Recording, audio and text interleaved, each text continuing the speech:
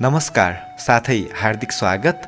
सधैँको बसाइमा चाहिँ आजको यो बसाइमा पनि तपाईँहरूको लागि भनेर मैले एउटा कथा लिएर आएको छु र यस कथालाई चाहिँ धादिङ निवासी रञ्जन परियारले लेख्नु भएको छ र कथाको शीर्षक हो रत्न पार्क। रञ्जन परियारजी साहित्यलाई अत्यन्तै माया गर्ने, लेख्न रुचाउने एकजना सर्जक हुनुहुन्छ। उहाँले धेरै कथाहरू लेख्नु भएको छ। त्यसमध्येको एउटा कथा रहेको थियो आमा, जुन कथा तपाईँहरूलाई मैले यस अगाडि सुनाइसकेको छु यसै च्यानल मार्फत। र आज पनि रञ्जन परियारजीको समन्वयमा उहाँले लेख्नु भएको कथा रत्न पार्क लिएर आएको छु। कथा सुरु गर्नुभन्दा अगाडि रञ्जन परियारजी अगाडि यस्तो लेख्नुहुन्छ। कथामा केही यौनका कुराहरू समावेश भएका छन्। यो एउटा काल्पनिक कथा हो। कृपया यो कथाले कसैको जीवनमा मेल खान गएमा संयोग मात्र हुनेछ।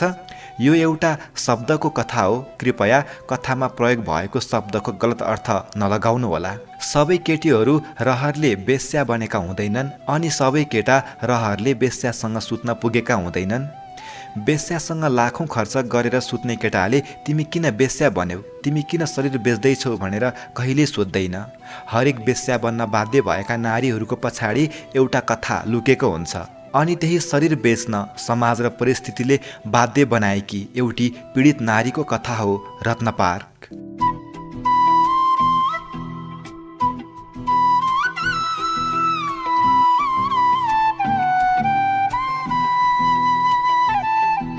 मेरो नाम राजा हो। म अहिले 19 वर्षको भएँ। मेरो घर धादिङ जिल्लामा पर्छ। मेरो घरबाट काठमाडौँ जान खासै समय लाग्दैन किनकि काठमाडौँ मेरो छिमेकी जिल्ला हो। मेरो घरबाट काठमाडौँ जानलाई करिब 4 घण्टा लाग्छ। तर पनि खासै म काठमाडौँ गएको छैन आजसम्म। सायद धेरै गएको भए 6 पटक गएको छु होला। मलाई रमाइलो नै लाग्छ काठमाडौँ। धेरै पटक त मेरो आफन्तहरूकोमा बस्न जाने गर्छु बिदाको समय पारेर। 19 वर्ष भए पनि म एकदम सोझो थिएँ। मलाई केटीसँग बोल्न एकदम धेरै लाज लाग्थ्यो, एकदम धेरै डर लाग्थ्यो। जहिले पनि काठमाडौँ जाँदा प्राय म केटीसँग एउटै सिटमा परेको हुन्थेँ। तर पनि किन मलाई एकदम धेरै डर लाग्थ्यो, बोल्न पनि मन लाग्दैनथ्यो। सँगै पढ्ने केटाहरूले माया प्रेमको कुरा गर्दा, यौनको कुरा गर्दा मलाई पनि अलिअलि महसुस हुन्थ्यो। मलाई पनि लाग्थ्यो काश मेरो पनि साथमा कोही भइदिए। केटाहरूको बिचमा कुरा गर्दा त लाग्थ्यो कि मेरो नजिक पनि कोही केटी भइदिए, गालामा टोकिदिन्थे। तर मेरो सब कुराहरू कुरामा नै सीमित हुन्थे। केटाहरूले भनेको कुरा मनमा खेलाउँदै रातभरि मलाई निद लाग्दैनथ्यो। छटपटी हुन्थ्यो। के होला किस भनेको, कसरी गर्ने होला, कस्तो महसुस हुन्छ होला। आफूलाई त केटीसँग बोल्न पनि डर लाग्छ अनि यो सब कसरी गर्ने होला भनेर म आफूलाई यस्तो कुरा दिमागमा खेलाएर एकदम धेरै कमजोर महसुस गराउँथेँ। आखिर 19 वर्ष हुँदासम्म यौन शिक्षालाई व्यवहारमा उतार्न नसक्दा आफूलाई कमजोर महसुस त भइहाल्थ्यो नै। आफूभन्दा सानो भाइ बहिनीहरू प्रेममा परेको, राति भेट्न गएको भन्दा आफू नै छक्क पर्थेँ। मेरा यी अपुरा महसुस र सपनाहरूले हरेक रात सिरानी च्यापेर जाने गर्थे। बस यसरी नै समय बित्दै गएको मलाई पत्तो नै भएन। जब म एक्लो हुन्थेँ तब मलाई आफूलाई सम्हाल्न निकै गाह्रो हुन्थ्यो। साथीहरूले भनेको कुरा झलझली आँखा वरिपरि घुम्थे। मलाई अति नै गाह्रो बनाउँथ्यो यी वैशालु फिलिङ्सहरूले। घरिघरि त लाग्थ्यो कि कसैसँग सिधै किस गर्ने अनुमति मागौँ। फेरि डर लाग्थ्यो कतै समाजको मान्छेहरूले गलत सम्झेर नराम्रो गरे भने। म मान्छु यौन सम्बन्धी फिलिङ्स सबैलाई हुन्छ, तर सबै खुलेर बोल्न डराइरहेका हुन्छन्। कतिपय मान्छेहरू यस्तै फिलिङ्सकै कारण बलात्कारी बन्न बाध्य पनि हुन्छन् किनकि यो पनि एउटा नसा नै हो। जब यौनको नसा चढ्छ तब मान्छेहरूले आफ्नो र अरू कोही पनि चिन्दैन। बस यस्तै कुराहरू मनमा खेलाउँदै बित्थे मेरा दिनहरू। केही समय गाउँको बसाइपछि म काठमाडौँ दाइलाई भेट्नको लागि जाने निर्णय गरेँ। घरबाट आमाले जाने बेलामा बाटो खर्च भनेर 4,000 रुपियाँ दिनुभएको थियो। त्यसपछि म लागेँ काठमाडौँ। करिब 6 घण्टाको लामो यात्रापछि म माछा पोखरी पुगेर ओर्लिएँ। जाममा परेकोले काठमाडौँ पुग्दा करिब बेलुकाको 7 बजेको थियो। दाइले मलाई रत्न पार्क आएर झर्न भनेको थियो। त्यसैले म माछा पोखरीबाट लोकल बस चढेर रत्न पार्कमा झरेँ अनि दाइलाई पर्खन थालेँ। त्यहीँबाट सुरु भयो मेरो रत्न पार्कको कहानी।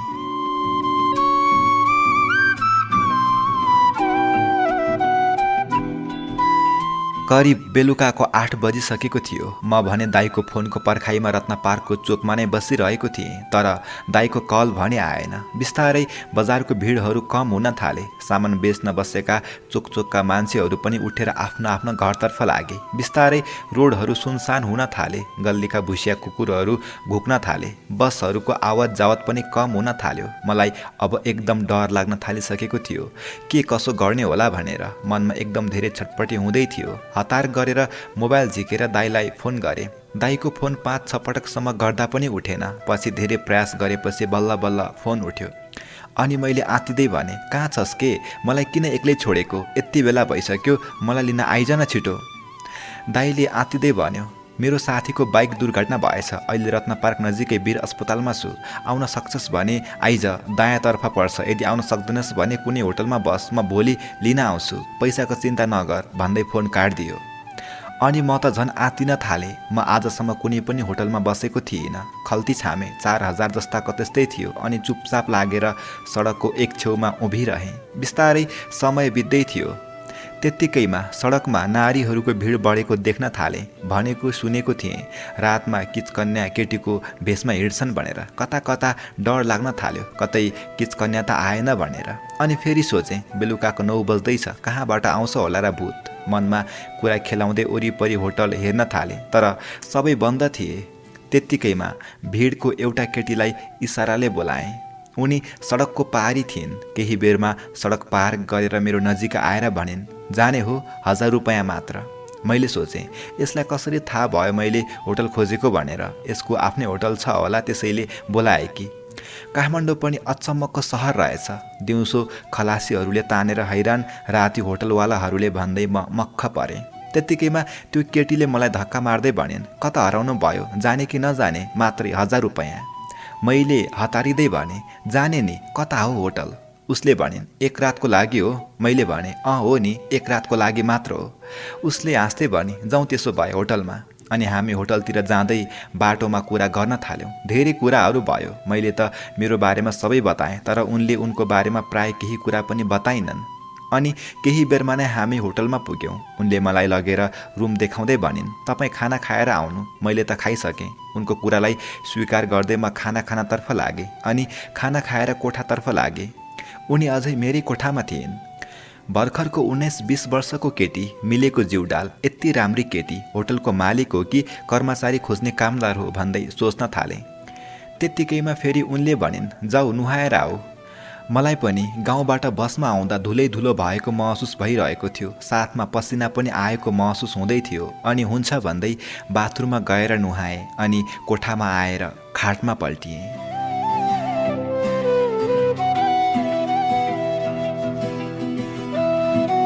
म कोठामा छिरेर चुपचाप सुत्नको लागि खाटमा पल्टिएँ। अनि त्यो केटी सिधै गएर ढोका लगाइन् र मेरो खाटमा आएर पल्टिन्। म अचम्ममा परेँ। मेरो नजिकै अर्को खाट पनि थियो, तर उनी मेरै नजिकको खाटमा आएको देखेर म उनीबाट अलि पर सरेँ। म त गाउँमा हुर्किएको केटा, खासै थाहा थिएन काठमाडौँमा शरीर बेच्ने व्यापार हुन्छ भनेर। अनि आजसम्म कुनै होटलमा रात बिताएको पनि थिएन। आज पहिलो पटक थियो। त्यसैले सोचेँ, सायद काम गर्ने मान्छे पनि पल्लो खाटमा सुत्छिन् होला। अनि म कुनापट्टि फर्किएर सुतेँ। केही बेरमा कसैले मेरो हातमा समाएको महसुस हुन थाल्यो। अनि सुरुमा त सपना जस्तै लाग्यो। अनि बिस्तारै त्यो हातहरू मेरो पेटभित्र सलबलाउन थाले। मलाई अनौठो महसुस हुँदै थियो। कता कता आनन्द भए जस्तो पनि हुँदै थियो। बिस्तारै त्यो हातहरू मेरो हातमा आएर जोडिए। त्यति बेलासम्म मेरो सासहरू बेसरी आवत जावत गर्न थाल्दै थिए। मुटुमा अनौठो बेचैनी हुँदै थियो। साथीहरूले मोबाइलमा हालिदिएको त्यो अश्लील फिल्म मेरो आँखा अगाडि झलक्क आउँदै थियो। बिस्तारै म कुनाबाट त्यो केटीतर्फ फर्किएँ। म किन फर्किएँ मलाई नै थाहा थिएन। मैले जोसमा आफ्नो होस गुमाइसकेको थिएँ। बत्ती गएको थियो। कोठा पुरै अन्धकार थियो। त्यसैले पनि होला म केटीलाई हेर्ने बित्तिकै डराउने मान्छे आज केटीको अँगालोमा कसिँदै थिएँ। बिस्तारै उसको हातहरू मेरो हातबाट मेरो ओठमा पुगे। उसले मलाई बेसरी अँगालोमा कसिन्। मैले पनि बिस्तारै आफ्नो हातहरूले उनलाई कसेँ। तर मलाई कता कता अनौठो महसुस हुँदै थियो। मैले गलत गर्दैछु भन्ने महसुस भएको थियो। फेरि कता कता लाग्दै थियो, दुवैको मन्जुरी भएपछि के को आपत्ति र? अनि फेरि सोच्थेँ, कतै बिचरीको मजबुरी पो हो कि?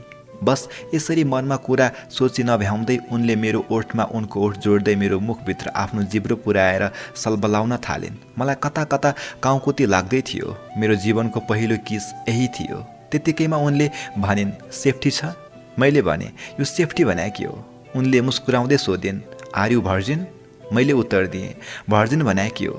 उनले गालामा कुट्दै भनिन्, ओके, सबै काम म आफै गर्छु भन्दै उनले मलाई मुसार्न थालिन्। त्यतिकैमा बत्ती आयो। बत्ती आउने बित्तिकै सबै उज्यालो देखियो। उनी मेरो अगाडि बिना वस्त्रमा बसेकी रहेछिन्। यो देखेर मैले आफूलाई एकदम धेरै पापी महसुस गर्न थालेँ।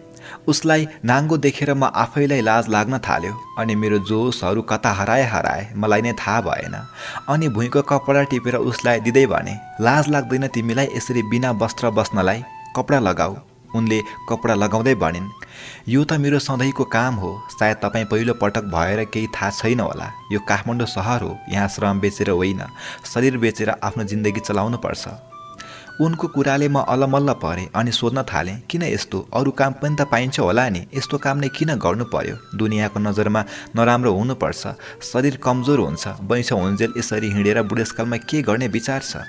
उनले भनिन्, जिन्दगी आजको ठेगान छैन, बुढेसकालको कुरा नगर्नु न। यहाँ एक दिन कसैसँग रात कटाएन भने भोलिको दिन भोकै हिँड्नु पर्ने हुन्छ। तपाईहरू जस्तो पैसा फाकेर शरीर किन्ने केटालाई के थाहा बेस्याको कहानी। उनको कुराले मलाई साह्रै पीडा दिलायो। मुटु नै चसक्क भयो अनि उनको नजिक गएर उनको हातमा समाएर उनको हात मुसार्दै भन्न थाले, मलाई तिम्रो नाम पनि थाहा छैन, तर यति भन्छु, तिम्रो कथा सुनाऊ, म तिम्रो कथा सुन्न चाहन्छु। मलाई तिम्रो शरीर चाहिँदैन, बरु तिम्रो एक रातको फिस म दिन्छु। बदलामा मलाई तिम्रो पुरै कहानी सुनाऊ, म सुन्न तयार छु।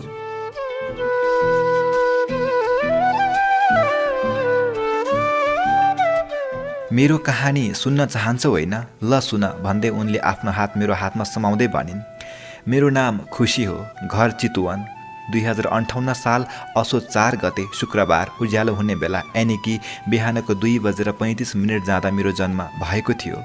म जन्मदा सबैजना एकदम धेरै खुसी थिए, सबैजना एकदम धेरै मुस्कुराएका थिए। सायद मेरो जीवनको दुःखको दिन त्यही दिनबाट सुरु भयो जुन दिन म रुँदै जन्मिएको थिएँ र मेरो आफन्तहरू हाँस्दै थिए। अनि आज म रुँदैछु र सारा दुनियाँ म माथि हाँस्दैछ। थाहा छैन भाग्य लेख्ने भावीले के लेखिदियो मेरो निधारमा। सायद मेरो निधार लेख्ने बेलामा उसको कलमको गेडी झरेछ क्यारे। त्यसैले गर्दा मेरो भाग्य आज क्यारिङ म्यारिङ भएका छन्। हाँस्न खोज्दा पनि खै किन हो किन आँखाबाट आँसु झरिदिन्छन्। मुस्कुराउन पनि सक्दिन। आफ्नो सपना र रहरहरू पुरा गर्न आज आफ्नै शरीर बन्दगी राख्न परेको छ। आज आफ्नै शरीर धितो राख्न परेको छ। जब जन्म भयो त्यो बेला नै छोरी जन्मेकी रहेछ भनेर मलाई घरबाट हेला गर्न थालियो अरे। छोरी पाई भनेर मेरो बाबाले मेरो आमालाई कति धेरै पिट्नुहुन्थ्यो अरे। मलाई पनि दुध खान दिनुहुन्न थियो अरे। कतिपटक त मलाई बाहिर छोडिदिनु भएको थियो अरे। जब जब बिस्तारो ठुलो हुँदै गएँ तब घरमा फेरि भाइको जन्म भयो। केही समयपछि भाइलाई स्कुल अनि मलाई चाहिँ गोठालो पठाउन थाले। मलाई चाहिँ गुन्द्रुकको झोलसँग भात दिन्थे अनि भाइलाई चाहिँ मासुसँग। म आँखाभरि आँसु बनाउँदै जसोतसो आफूलाई सम्हालेर बाँच्ने कोसिस गर्दै थिएँ, तर कहाँ सजिलो थियो र पीडा सहेर बाँच्नलाई। एकदम धेरै काम गर्न पर्थ्यो। न बेलामा खान पाउँथे न बेलामा सुत्न पाउँथे। सोचेको भन्दा धेरै नराम्रो भएको थियो मेरो जिन्दगी। नाम मात्रै खुसी थियो मेरो, तर जीवनमा कहिले खुसी आउन सकेको थिएन। कहिले घाँस कहिले पानी कहिले जङ्गल जाने गरेर बित्थे मेरा दिनहरू। धेरै सोच्थेँ सपना र रहरको बारेमा। कयौँ सपना छुटेर गए अनि कयौँ सपना फुटेर गए। सायद मेरो भाग्यमा नै खुसी हुन लेखेको थिएन, त्यसैले चाहेर पनि खुसी हुन सकिनँ। कहिले काहीँ त मर्न मन लाग्थ्यो अनि फेरि सोच्थेँ एक दिन पक्कै मेरो पनि खुसीको दिन आउला नि। हो यही सम्झेर मेरो दिनहरू कट्दै थिए। बिस्तारै मेरो उमेर 8बाट 9 लाग्दै थियो। मेरो भाइको उमेर 6 वर्षको थियो। भाइले 6 वर्षमा 2 कक्षामा पढेको थियो अनि मैले 9 वर्ष हुँदा समेत स्कुल कस्तो हुन्छ देखेको थिइनँ। हरेक दिन बाबालाई भन्थे, बाबा मलाई कपी चाहियो, बाबा मलाई किताब चाहियो, म पनि पढ्न चाहन्छु, म ठुलो मान्छे बन्न चाहन्छु। तर बाबाले मेरो कुरा कहिल्यै सुन्नु भएन, किनकि बाबाको दिमागमा छोरीलाई हेला गर्नुपर्छ भन्ने धारणा थियो। कयौँ पटक त घाँस काट्न गएन भनेर बाबाले मेरो हात नै काटिदिनुहुन्थ्यो हँसिहाले भन्दै खुसीले मलाई हात देखाइन्। मैले उनको हातलाई चुम्बन गर्दै बेसरी आफ्नो हातले कसेर आँखाबाट झर्ने लागेको आँसुलाई पुसेर भने, सायद तिम्रो र मेरो जीवन एउटै छ, तर फरक यति हो, तिमीले आफ्नो रहर पूरा गर्नको लागि शरीर बेच्दैछौ अनि म आफ्नो शरीरको लागि आफ्नो सबै सपना र रहर बेच्दैछु। म पनि तिमी जस्तै परिवारमा हुर्केको केटा हुँ। मेरो पनि बाबाले धेरै दुःख गर्नुहुन्थ्यो, तर विडम्बना, बाबाको दुर्घटनामा मृत्यु भयो। त्यसपछि मैले किताब र कापी किनिदिनुहोस् भन्ने मान्छे पनि भेटिनँ। कति रात त भोकभोकै पनि सुतेको थिएँ, मलाई मात्र थाहा छ। सरी है, म त इमोसनल हुन पुगेछु। मेरो कथा पछि सुनाउला। अनि भन, त्यसपछि के भयो?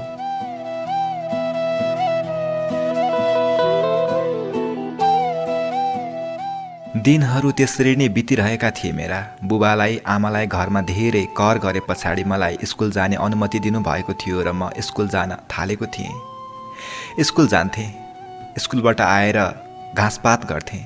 कहिले घाँस काट्न जाँदा पनि रुँदै रुँदै आँखाभरि आँसु बनाउँदै चुपचाप मुख थुनेर बसिरहन्थेँ। कहिलेकाहीँ त सोच्थेँ कि सबै छोरीको जिन्दगी मेरो जस्तो नै हुन्छ कि के हो। मनमा लागेको, रोजेको अनि खोजेको केही पाइँदैन त। सधैँ अरूको खटनपटनमा बस्नुपर्ने, बिहे अगाडि बाबा आमाको इज्जतलाई सम्हालेर आफ्नो सबै सपनाहरू मारेर बाँच्नुपर्ने, अनि विवाहपछि श्रीमानको खुसी र श्रीमानको इज्जतको लागि सबै रहरहरू मारेर बाँच्नुपर्ने। आखिर कहाँ सजिलो छ र केटी भएर बाँच्न? यस्तै सोच्दै म मेरा दिनहरू कटाउने गर्थेँ। बिस्तारै मेरो उमेर 14बाट 15 लाग्दै थियो। बिस्तारै म भित्र वैंशको हावा पस्दै थियो। म गरिब भएर के भएर, म भित्र पनि त यौन इच्छा हुन्थ्यो, मेरो पनि चाहना हुन्थ्यो। तर के गर्नु, मेरा यी रहर, मेरा यी सपना सबै सपनामा नै सीमित थिए। धेरै कोसिस गर्थेँ आफूलाई रोक्नका लागि, तैपनि साथीहरूले भनेको सुन्दा म आफूलाई रोक्न सक्दैन थिएँ। कहिलेकाहीँ त लाग्थ्यो कि बिहे गरेर जाउँ कतै, रहर पनि पुरा हुने, घरको किचकिच पनि सुन्न नपर्ने। अनि फेरि सोच्थेँ, यति सानो उमेरमा बिहे गरेर मेरो भविष्य के होला, मेरा सपना रहर कता पुग्ला? त्यसैले सोच्थेँ, पहिला मैले मेरो भविष्य बनाउनु पर्छ। त्यसपछिका दिनहरूमा स्कुल सँगसँगै फुर्सदको बेला म साहुको मेलापात गर्न थालेँ। न बेलामा खाना पाइन्थ्यो, न बेलामा सुत्न पाइन्थ्यो। घरमा गरिबीको कारण खाने खर्च समेत हुँदैनथ्यो। कयौँ पटक त भोकै पनि बस्नु पर्थ्यो। तर के गर्नु, आफ्नो पीडा आफैसँग हुन्थ्यो। दिनभरि साहुको मेलामा गयो, फुक्को चिउराले पेट भरि जस्तो गर्यो। बेलुका घरमा आएर सल पेटमा बाँध्दै सुतेर भोलिपल्ट स्कुलमा भोकै गएर साथीहरूको अगाडि मुसुक्क हाँस्दै आफ्नो पीडा भुलाउन कहाँ सजिलो थियो र? तर जसोतसो बाँचेको थिएँ म आफ्नो पीडाहरू भुलेर। पीडा भुलाउने एउटै मात्र आधार थियो, आमाको अनुहार। त्यही अनुहार हेरेर मेरा दिनहरू बित्ने गर्थे। बिस्तारै आज भन्यो भोलि भन्यो, दिन हप्ता महिना हुँदै समयहरू बितेर गए। म पनि 9 कक्षाबाट 10 कक्षामा लागेँ। दिनदिनै मेरो जवानीले मलाई अप्ठ्यारोमा पार्दै थियो। शरीर हलक्क बढेर आफैलाई भारी भएको महसुस हुन्थ्यो। सबैले गिद्धे नजर लगाउँथे मलाई। अब त एक्लै हिँड्न पनि डर लाग्न थालेको थियो मलाई। घरमा, स्कुलमा र बाटोघाटोमा पनि असुरक्षित महसुस हुन थालेको थिएँ। देशमा प्रायःजसो बलात्कारको घटना घटेको सुन्दा आफूलाई पनि डर लाग्थ्यो। के थाहा कुन बेला मेरो पनि बलात्कार पो हुने हो कि भनेर। एक दिनको कुरो हो, हाम्रो स्कुलबाट पिकनिक जाने कुरा हुँदै थियो। म आजसम्म घरबाट कतै गएको थिइनँ, त्यसैले पनि मलाई पिकनिक जान मन लाग्दै थियो। तर पैसा थिएन, त्यसैले आफ्नो सबै इच्छाहरूलाई मारेर मनको रहर मनमा नै सोचेर बाँच्नु परेको थियो। सबै साथीहरू पिकनिक जानको लागि तयारी भएका थिए। सबैसँग पैसा थियो। एउटा म थिएँ जसको साथमा पैसा थिएन, तर जाने मन भने खुबै थियो। आखिर यहाँ मन भएर मात्र केही नहुने रहेछ, जता पनि धन अगाडि बढ्ने रहेछ। त्यसैले म अरूले पिकनिकको कुरा गर्दा पनि चुपचाप लागेर सुन्न बाहेक अरू विकल्प राख्दैन थिएँ। शुक्रबारको दिन थियो। शनिबार पिकनिक जाने भनेर चाँडै नै स्कुल छुट्टी भयो। म पनि चुपचाप झोला बोकेर लागेँ घरतिर। त्यतिकैमा एउटा सरले मलाई सोध्नुभयो, खुसी तिमी पिकनिक जाँदैनौ? मैले भने, नाइ सर, म पिकनिक जाँदिनँ। सरले भन्नुभयो, किन र? मैले भने, मसँग पैसा छैन, त्यसैले सर। सरले भन्नुभयो, सबैजना लागेका छन् पिकनिक, तिमीलाई पनि जान मन लागेको होला। बरु पैसा म हालिदिन्छु। अहिले गएर कपडा धोएर रेडी हो, भोलि पिकनिक जानुपर्छ।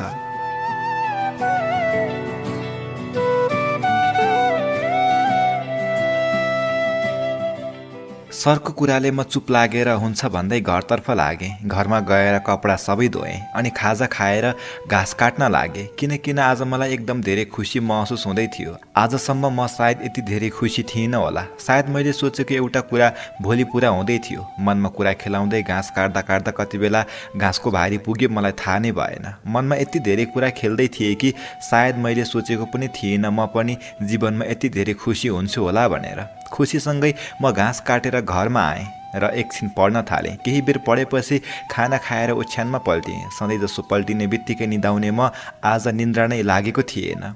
आज सुत्न मन नै लागिरहेको थिएन। कहिले भोलि होला, भोलि पिकनिकमा के होला, मेरो मनमा एकदम धेरै खुल्दुली हुँदै थियो।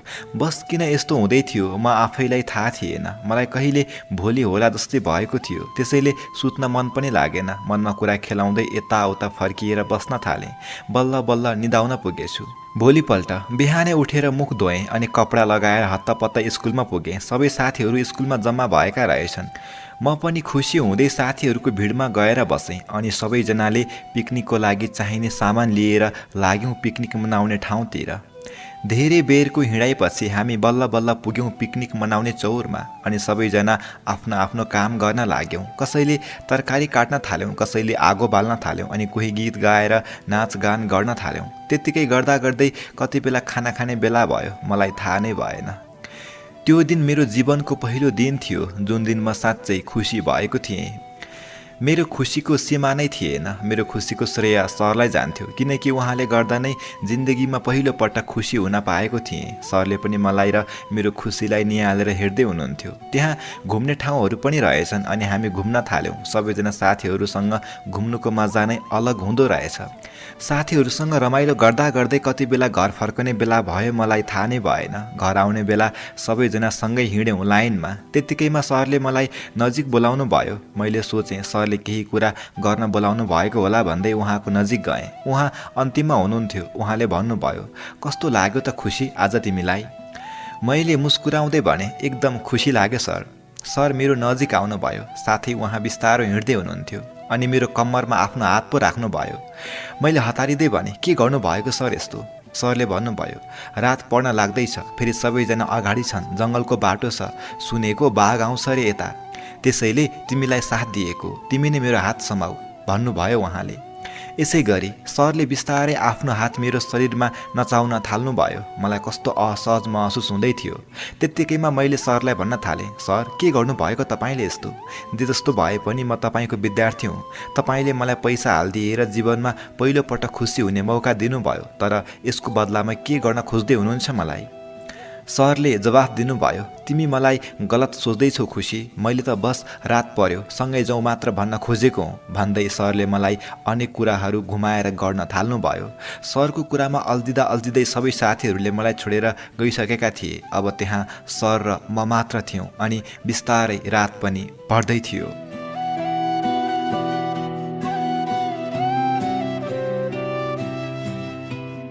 सबैजना टाढा पुगिसकेको देखेर म आत्तिन थालेँ अनि सरलाई भन्न थालेँ, सर के गर्नुभएको यस्तो? जाउँ न हिँड्नु, रात परिसक्यो। त्यत्तिकैमा सरले मलाई नजिकैको झाडीमा लगेर धकेल्नु भयो। जान त जाने हो, तर एकछिनमा। म झाडीमा पर्ने बित्तिकै सर म माथि चढ्नु भयो। सर माथि चढ्ने बित्तिकै मलाई महसुस भयो कि सरले मलाई बलात्कार गर्न लाग्दै हुनुहुन्छ। मेरो हङ्सले ठाउँ छोड्यो अनि म नाइ नाइ बचाऊ बचाऊ भन्दै कराउन थालेँ, तर मेरो शब्द सुन्ने कोही थिएन त्यहाँ। मेरो आवाज सुन्ने पनि कोही थिएन त्यहाँ। अनि म कराउँदै आफ्ना हातहरूले सरको गालामा चिथर्न थालेँ। आखिर कहाँ सजिलो थियो र एउटा महिला भएर पुरुषको बल बराबर दाज्नलाई। म 15 वर्षको केटी अनि उहाँ 35 वर्षको बुढो। म जति चिच्याए पनि केही लागेन। अनि सरले आफ्नो पेटी खोलेर मेरो हातमा बाँधिदिनु भयो अनि बिस्तारै आफ्नो हातहरू मेरो छातीतर्फ सार्नुभयो। मलाई एकदम धेरै छातीमा असहज महसुस भइरहेको थियो। छातीमा धेरै दुखेको थियो। मलाई एकदम असहज महसुस हुँदै थियो। सरले किन म माथि यस्तो व्यवहार गर्नु हुँदै थियो म आफैलाई थाहा थिएन, तर सरले मलाई जे गर्दै हुनुहुन्थ्यो एकदम गलत गर्दै हुनुहुन्थ्यो। म जोडले चिच्याउन थालेँ, कराउन थालेँ, तर सरले मेरो ओठमाथि आफ्नो ओठ जोड्दै मेरो आवाजलाई मेरो मुखभित्र नै सीमित बनाइदिनु भयो। सरले मेरो ओठमा उहाँले आफ्नो ओठ जोड्दा मलाई एकदम धेरै सास फेर्न गाह्रो भइरहेको थियो। म एकदम धेरै आत्तिएको थिएँ। मेरो छाती पनि एकदम धेरै दुख्दै थियो। बिस्तारै उहाँले आफ्नो हातहरू फ्रकमाथि लैजानु भयो र मेरो फ्रक खोलिदिनु भयो अनि मेरो सर्ट पनि खोलिदिनु भयो। मेरो आँखा अगाडि नै मेरो इज्जत लुटिँदै थियो अनि म आँखाभरि आँसु बनाउन बाहेक अरू केही गर्न सक्दैनथेँ। बिस्तारै सरले आफ्नो सबै कपडा खोलेर म माथि यौन दुर्व्यवहार गर्न थाल्नुभयो। मेरो यो एकदम धेरै दुख्दै थियो। मरेको जस्तै महसुस हुँदै थियो। म चोट सहन नसकेर बेसरी रुन थालेँ, तर सरलाई मेरो आँसुले कुनै फरक पारेन। उहाँ निरन्तर म माथि दुर्व्यवहार गरिरहनु भयो। बिचरा म जम्मा 15 वर्षको कलिलो उमेरको मान्छे, मलाई एकदम धेरै गाह्रो हुँदै थियो पीडा सहन। नाइ मलाई छोडिदिनुस् भन्दै कराउन थाले, तर उहाँले मेरो केही कुरा नै सुन्नु भएन। उहाँ कहिले मेरो छातीसँग खेल्नुहुन्थ्यो त कहिले ओठसँग। मलाई भने सहन निकै गाह्रो हुँदै थियो। आँखाबाट बर्र आँसु झार्दै ती निर्मला पन्त र सम्झना विकलाई सम्झन थाले अनि मनमा नै सोच्न थाले, आखिर महिलालाई पनि अधिकार दिनुपर्छ भन्ने सरबाट नै इज्जत लुटिएपछि कसको भर पर्नु र यहाँ। म त एउटा जिउँदो लास जस्तै भइसकेको थिएँ। जसोतसो पीडालाई सहेर आँखाबाट आँसु बगाउँदै जिउँदो लास सरी पसारिएको थिएँ। सरले आफ्नो इच्छा पूरा गरेर उठाउँदै भन्नुभयो, यो कुरा अरू कसैलाई भनिस् भने म तँलाई जाँचमा फेल गरिदिन्छु अनि समाजमा तेरो बेइज्जत गराइदिन्छु। अनि म चुपचाप आफ्नो कपडा शरीरमा बेरेर उठेँ अनि घरतर्फ लागेँ। मलाई हिँड्न पनि भएको थिएन। शरीरभरि चोटै चोट भएको महसुस हुँदै थियो। सबै जिउको अङ्ग अङ्ग दुखेको थियो। कसलाई सुनाऊ मनको पीडा? मलाई सुन्ने र मलाई बुझ्ने कोही पनि थिएन। जसोतसो गरेर घरमा आइपुगेँ अनि ढोका थुनेर बेसरी रुन थालेँ अनि सम्झन थालेँ, आखिर के रहेछ र छोरीको जिन्दगी? कति बेला कसको आहारा बन्नुपर्छ थाहा हुँदैन। छोरीलाई त यहाँ मान्छेहरू सामान सम्झने रहेछन्। जति बेला मन लाग्यो त्यति बेला प्रयोग गर्ने।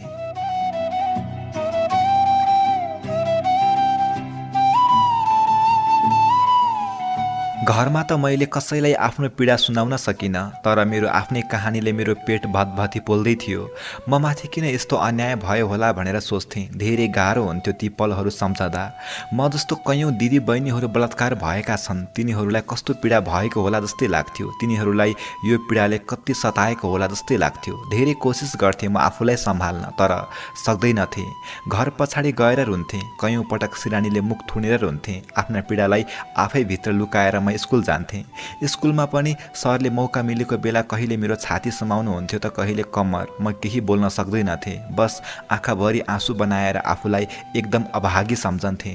एकपटक होइन, पटक पटक म माथि यौन दुर्व्यवहार हुन्थे। मलाई सुन्ने मलाई बुझ्ने कोही थिएन। भनिन्छ यौन इच्छा एउटा चाहना हो र यौन सम्पर्क गर्दा आनन्द महसुस हुन्छ, तर आनन्द महसुस त त्यति बेला हुन्छ जति बेला दुवैको मन्जुरी हुन्छ।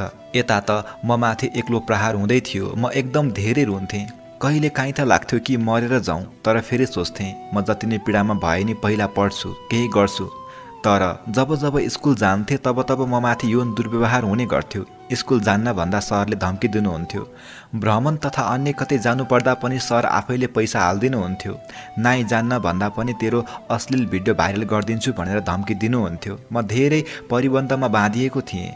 म चाहन्नथेँ कि मेरो कारणले गर्दा बाबा आमाको इज्जतमा दाग लागोस्। त्यसैले चुपचाप सबै चोटहरू सहेर सरले जे भने नि मान्थेँ। सरको लागि त म एउटा खेलौना भइसकेको थिएँ अनि अरूको नजरमा एउटा बेस्या। बिस्तारै मेरो पढाइमा पनि मन जान छोड्यो। आफ्नो पीडा भुलाउनको लागि मैले चुरोटको सहारा लिन थालेको थिएँ। मलाई एकान्तमा बस्न मन लाग्थ्यो। कतै जान मन लाग्दैनथ्यो। कोहीसँग बस्न मन लाग्दैनथ्यो। बस मलाई दुनियाँ फिक्का फिक्का लाग्न थालेको थियो। कोठामा ढोका थुनेर चुरोटको धुवाँसँगै आफ्नो सपनालाई पनि धुवाँसरी उडाउन थालेको थिएँ। कति सपना थिए, कति रहर थिए, सबै कता पुगे म आफैलाई थाहा थिएन। बस मलाई त अहिले अचम्मको जन्जिरले बाँधेको थियो। सधैँ सरले भनेको मान्नुपर्ने, सरले जति बेला भने त्यति बेला आफ्नो कपडा खोल्नुपर्ने। म कुनै बजारको गुडिया थिएन जसले चाह्यो उसले कपडा खोलेर नाङ्गो बनाउनलाई। तर के गर्नु, म केही गर्न पनि सक्दैनथेँ।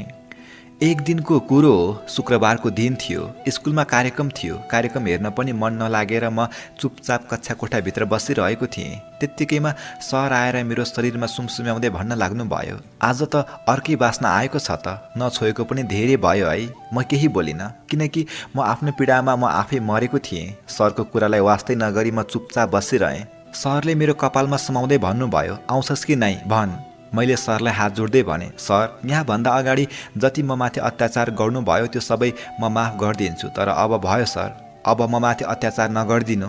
म पनि खुसी हुन चाहन्छु। म पनि स्वतन्त्र भएर बाँच्न चाहन्छु। प्लिज सर, मलाई योभन्दा धेरै पीडा नदिनु। अब म खुसी भएर बाँच्न चाहन्छु। म कुनै खेलाउन होइन, तपाईँले जति बेला भने त्यति बेला प्रयोग गर्नलाई। बिन्ती छ सर, म माथि अत्याचार नगर्नुहोस्। सरले मपट्टि फर्किएर भन्नुभयो, भनेपछि अब आउँदिनस् त मैले बोलाएको ठाउँमा? अबदेखि गर्दिनस् त मसँग यौन लीला? मैले भने, नाइ।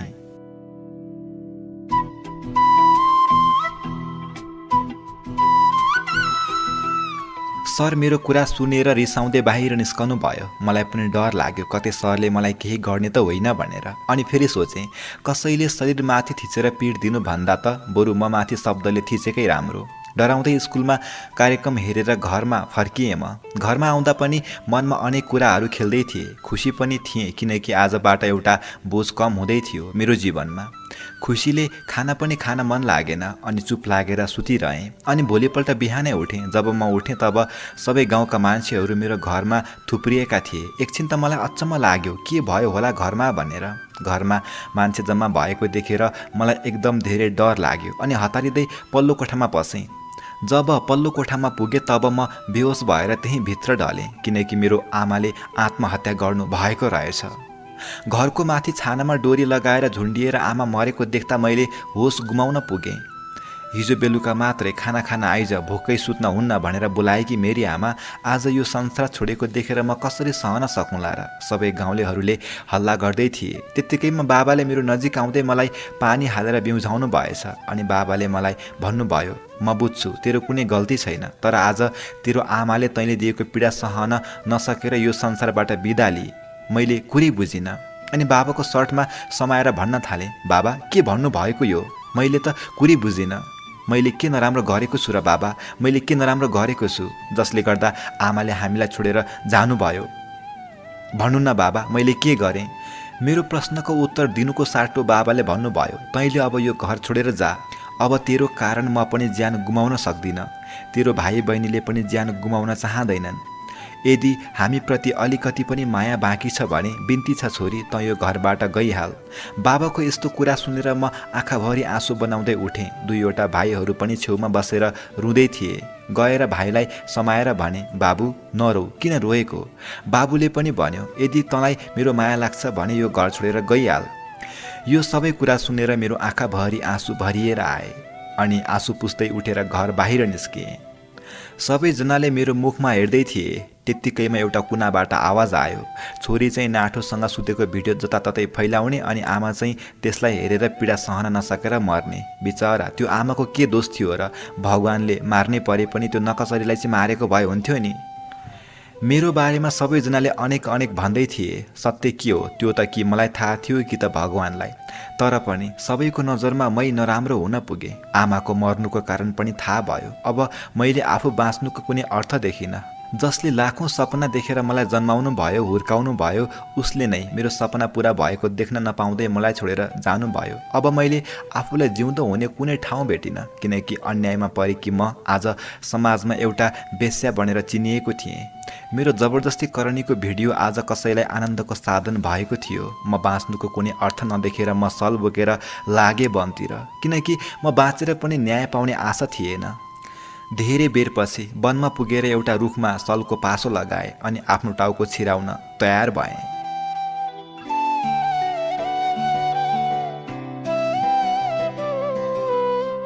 सलको पासो रुखमा लगाएर मैले आफ्नो टाउकोलाई सलको अर्को गाँठोपट्टि छिराउँदै आफ्नो खुट्टाले माथि चढ्न बनाएको ढुङ्गाको कुर्सीलाई हटाइदिएँ। ढुङ्गा हटाउने बित्तिकै मेरो घाँटीमा एक्कासी सल कसियो अनि म चिच्याउन थालेँ। मान्छे मर्ने बेलामा सबै कुरा सम्झन्छन् भन्थे तर मैले त सरलाई मात्र सम्झिरहेको थिएँ।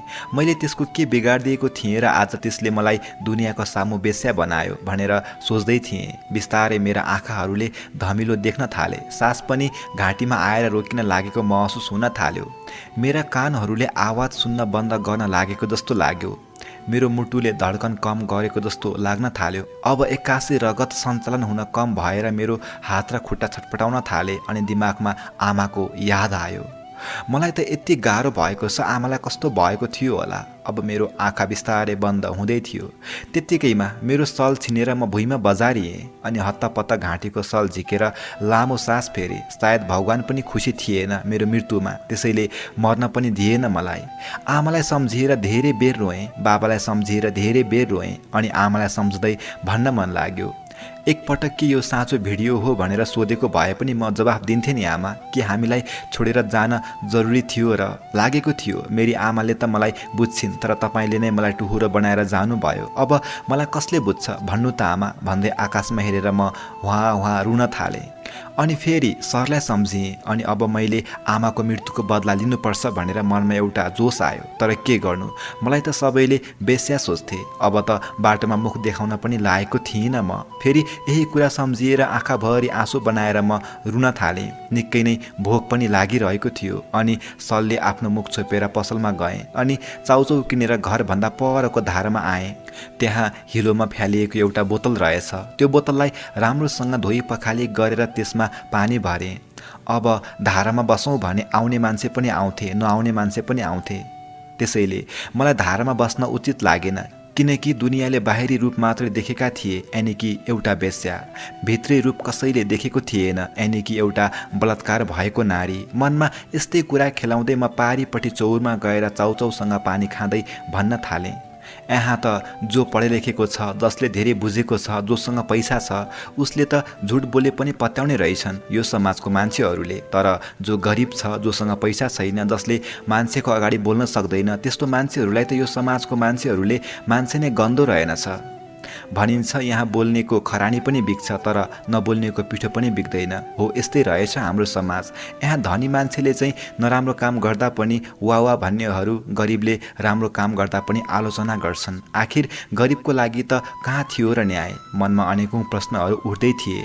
थाहा थिएन मलाई के हुँदै थियो, तर मलाई सरको घरमा जान मन लाग्दै थियो। तर दिउँसो जाँदा बाटामा मान्छेहरूले अनेक भनेर जिस्काउन सक्थे। त्यसैले म बेलुकाको पर्खाइमा बस्न थालेँ। कति बेला रात पर्ला भएको थियो। समय हेर्नलाई हातमा घडी पनि थिएन। आँखाभरि आँसु अनि मनभरि पीडा भरिएर हाँस्न पनि सकेको थिएन। कसलाई सुनाऊ मेरो पीडा? मलाई सुन्ने र बुझ्ने पनि त कोही थिएन। आमाको यादमा आँसु बगाउँदै म रातको पर्खाइमा बस्न थालेँ।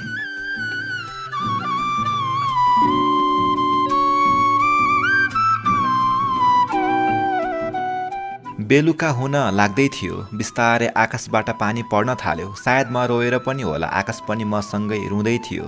बिस्तारै पानी बाक्लो पर्न थाल्यो। मलाई पानीसँगै आमाको याद आउन थाल्यो। डर पनि लाग्दै थियो, किनकि पानीले भिजेर मेरो शरीर भिज्न थालेको थियो। त्यसैले मुखमा सल बाँधेर लागे सरको घरतिर। अन्त जाने ठाउँ पनि थिएन अनि मनमा बदलाको आगो पनि बल्दै थियो। छिटो छिटो सरको ढोकामा पुगेर ढोकामा ढकढक गरेँ। सर आएर ढोका खोल्दै भन्नुभयो, मैले तँलाई चिनिसकेँ, थाहा पाइस् होला नि मैले भनेको नमान्दा के हुन्छ भनेर। मैले सरलाई हात जोड्दै भने, बिन्ती छ सर, गल्ती भयो मबाट, मलाई माफ गरिदिनुहोस्। अबबाट तपाईँले जे भने पनि मान्छु। घरमा बाबा रिसाउनु भएको छ। आजको दिन मलाई तपाईँसँगै बस्न दिनु। बाबाको रिस शान्त भएपछि म घर जान्छु। बरु तपाईँले आज जे भन्नुहुन्छ म सबै मान्न तयार छु। बिन्ती छ सर। सरले मेरो हातमा समाएर मलाई आफू नजिक तान्नु भयो अनि मेरो कम्मरमा समाउँदै भन्नुभयो, ठिक छ, आज तेरो लागि मेरो घर छोडिदिएँ, तर आज तैँले मैले भनेको सबै मान्नुपर्छ नि। मैले हुन्छ भने। त्यसपछि सरले भन्नुभयो, त खाना पकाउँदै गर, म बाहिर गएर रक्सी र मासु लिएर आउँछु भनेर उहाँ बाहिर जानुभयो। म खाना पकाउन लागेँ, किनकि मलाई पनि एकदम धेरै भोक लागेको थियो। केही बेरमा सर आउनु भएछ। मलाई थाहा नै भएन। म आफ्नै सुरमा खाना पकाउँदै थिएँ। त्यत्तिकैमा सरले पछाडिबाट मेरो कम्मरमा हात छिराउँदै घाँटीमा चुप्पा खाँदै भन्नुभयो, चाँडै खाना पका, आज खाना भन्दा पनि तँलाई खाना हतार भइसक्यो मलाई। सरको कुरालाई वास्ता नै नगरी मैले खाना पकाएँ अनि खाना खान थाल्यो। त्यत्तिकैमा सरले मलाई बियर खान आग्रह गर्नुभयो। मैले हुन्छ भन्दै आफूले खाने बहानामा सरलाई सबै बियर खुवाइदिएँ। अब उहाँ होसमा हुनुहुन्न थियो। बैंसको मात निकालेर अब म माथि जाइ लाग्नुभयो। त्यत्तिकैमा मैले भने, सर, आजसम्म तपाईँले मलाई जबरजस्ती गर्नुभएको छ। म पनि एउटा 16 वर्षको केटी, मलाई पनि रहर लाग्छ केटासँग यौन लीला गर्न। तर तपाईँले मलाई कहिले बुझ्नु नै भएन। मलाई सोधेरै गरेको भए पनि म राजी हुन्थेँ, तर केही छैन। आज जे गर्नु छ म आफै गर्छु, तपाईँलाई दुःख दिन्न भन्दै सरको गालामा चुप्पा खाएँ। सरले पनि हुन्छ, आज त छुट्टै मजा हुने भयो भन्दै आँखा चिम्मक गरेर खाटमा पल्टिनु भयो। अनि मैले बिस्तारै सरको शरीरमा सुमसुम्याउन थालेँ। सर आनन्दको परलोकमा हुनुहुन्थ्यो। त्यत्तिकैमा खाटमुनिबाट डोरी निकालेर सरको हातमा बानिदिएँ अनि सरलाई भने, सर, तपाईँलाई दुःख नहोस् भनेर यसो गरेको, नआत्तिनु होला। म कपडा खोलेर आउँछु है भन्दै म किचनतिर गएँ अनि किचनबाट एउटा चक्कु झिकेर पछाडि लुकाएर आएँ। सर मक्ख परेर आँखा चिम्मक गरेर आफ्नै संसारमा हुनुहुन्थ्यो। बिस्तारै सरको कपडा खोलिदिएँ अनि भने, सर, तपाईँले मलाई अत्याचार गर्दा मेरा आँखाबाट आँसु आएका थिए। मेरा आँखा खुल्ला थिए। अब तपाईँ पनि आफ्नो आँखा खोलेर हेर्नुहोस् त। सरले आँखा खोल्दै भन्नुभयो, के गर्न खोजे कि तैँले मेरै घरमा आएर मलाई नै यस्तो गर्न खोज्ने? मैले चक्कु देखाउँदै भने, घर तेरो होला, तर सबै कुरा मेरो हातमा छ, बुझिस्? मैले चाहेँ भने तँलाई अहिले नै मार्न सक्छु। त्यत्तिकैमा सरले आत्तिँदै भन्नुभयो, तिमी मेरो बहिनी जस्तो मान्छे। मैले तिमीलाई जानी नजानी धेरै पीडा दिएँ होला। बिन्ती छ बहिनी, मलाई माफ गरिदेऊ। अब मबाट यस्तो गल्ती कहिले हुने छैन। तिमीलाई थाहा छ नि, गल्ती मान्छेबाट नै हुन्छ र पहिलो गल्ती माफ दिनु पनि पर्छ। त्यसैले बिन्ती छ बहिनी, मलाई माफ गरिदेऊ। अबबाट म तिमीलाई कुनै हानि पुर्याउने छैन। म पापी हुँ।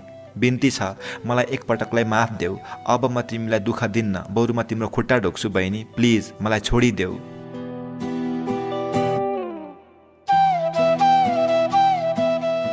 सरको कुरा पनि मलाई ठिक लाग्यो। सायद मेरो मन कमजोर भएर पनि होला कि सोच्न थालेँ, गल्ती मान्छेबाट हुन्छ अनि एकपटकको लागि माफी पनि दिनुपर्छ। अनि मनमा नै सोचेँ, सायद सरले मलाई नराम्रो गरे पनि मैले किन नराम्रो गर्ने? एकपटकको लागि सुध्रने मौका दिन्छु सरलाई। के थाहा सुध्रिनु पो हुन्छ कि? त्यसैले सरलाई फुकाइदिन लागेँ। तर त्यो बेला नै याद आयो, सरले एउटा होइन दुईवटा गल्ती गर्नुभएको छ। पहिलो गल्ती मलाई बलात्कार गरेर अनि दोस्रो गल्ती मलाई बलात्कार गरेको भिडियो फेसबुकमा हालेर। त्यसैले म कसरी छोड्न सक्छु र? सायद डरले होला सरलाई रक्सीले छोडिसकेको थियो। अनि मैले मुस्कुराउँदै भने, सरी सर, म तपाईँलाई माफ गर्न सक्दिनँ। अब तपाईँ खुल्ला आँखाले हेर्नु, म के गर्छु भन्दै अघि ल्याएको चक्कु ग्यासमा तताएर तातो बनाएँ अनि एउटा बटुकामा धुलो, नुन र खोर्सानी राखेँ। सरकै अगाडि सुरुमा सरको ओठमा तातो चक्कु राखेर नुन खोर्सानी दलिदिएँ। त्यत्तिकैमा सरले भन्न थाल्नुभयो, आत्था पोल्यो, मलाई छोडिदेऊ। म तिमीले जे भन्छौ त्यही मान्छु। बिन्ती छ, मलाई छोडिदेऊ भन्दै रुन लाग्नुभयो। त्यत्तिकैमा मैले भने, मैले जे भने त्यही दिन सक्नुहुन्छ भने मलाई मेरो आमा दिन सक्नुहुन्छ? सक्दैनस् नि? अझै हेर्दै जा, म तँलाई के गर्छु भन्दै अझै उसको ओठमा चक्कुले काट्दै भन्न थाले, यही ओठ होइन तेरो, जुन ओठले जबरजस्ती मेरो ओठमा टोक्ने बाटो खोजेको थियो? मैले कति नाइ नाइ भन्दा पनि तैँले कति जबरजस्ती गरेको थिइस् भन्दै अझै नुन खोर्सानी दल्न थाले। सर झन् बेसरी आत्तिएर चिल्लाउन थाल्नु भएको थियो।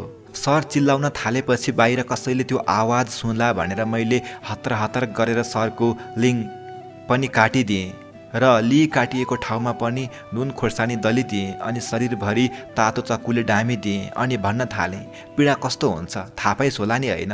सर केही बोल्न सकेको थिएन। फेरि मैले भने, हामीलाई पनि त सहन निकै गाह्रो हुन्छ नि यस्तो गर्दा। कहिले सोच्यौ तिमीहरूले? हामी त खेलाउन लाग्छ है तिमीहरूलाई। बिचरो सर तातो र पिरोले एकदम धेरै आतिएको थियो, हडबडाएको थियो, भन्दै थियो नाइ मलाई छोडिदेऊ भनेर कराउँदै थियो। त्यत्तिकैमा मैले सोचेँ, बलात्कारीलाई फाँसी होस् भन्छन्, तर यसलाई फाँसी होइन, गाउँको चौतारीमा लगेर नाङ्गै झुन्ड्याइदिन्छु। अनि फेरि सोचेँ, अब गाउँमा त यसै पनि मेरो इज्जत छैन, म गाउँघर छोडेर जानु परि नै हाल्छ। फेरि यसले मुख खोल्यो भने म पनि फस्छु। एकपटक त बदनाम भएँ, अब जिन्दगी बिगार्दिन, बरु यसको घर नै आगो लगाइदिन्छु, यो पनि जलेर नष्ट हुन्छ अनि मेरो रिस पनि। मेरो कुरा सुनेर सर झन आतियो अनि मैले उसको घरमा भएको केही पैसाहरू निकालेँ अनि घरको सिलिन्डर खुल्ला छोडिदिएँ। केही समयपछि बाहिर निस्किएर एउटा सलाई कोरेर सरको घरमा फ्याँकिदिएँ। हेर्दा हेर्दै त्यो घर मेरो आँखा अगाडि ध्वस्त भयो अनि सर पनि, साथै मेरो रिस पनि।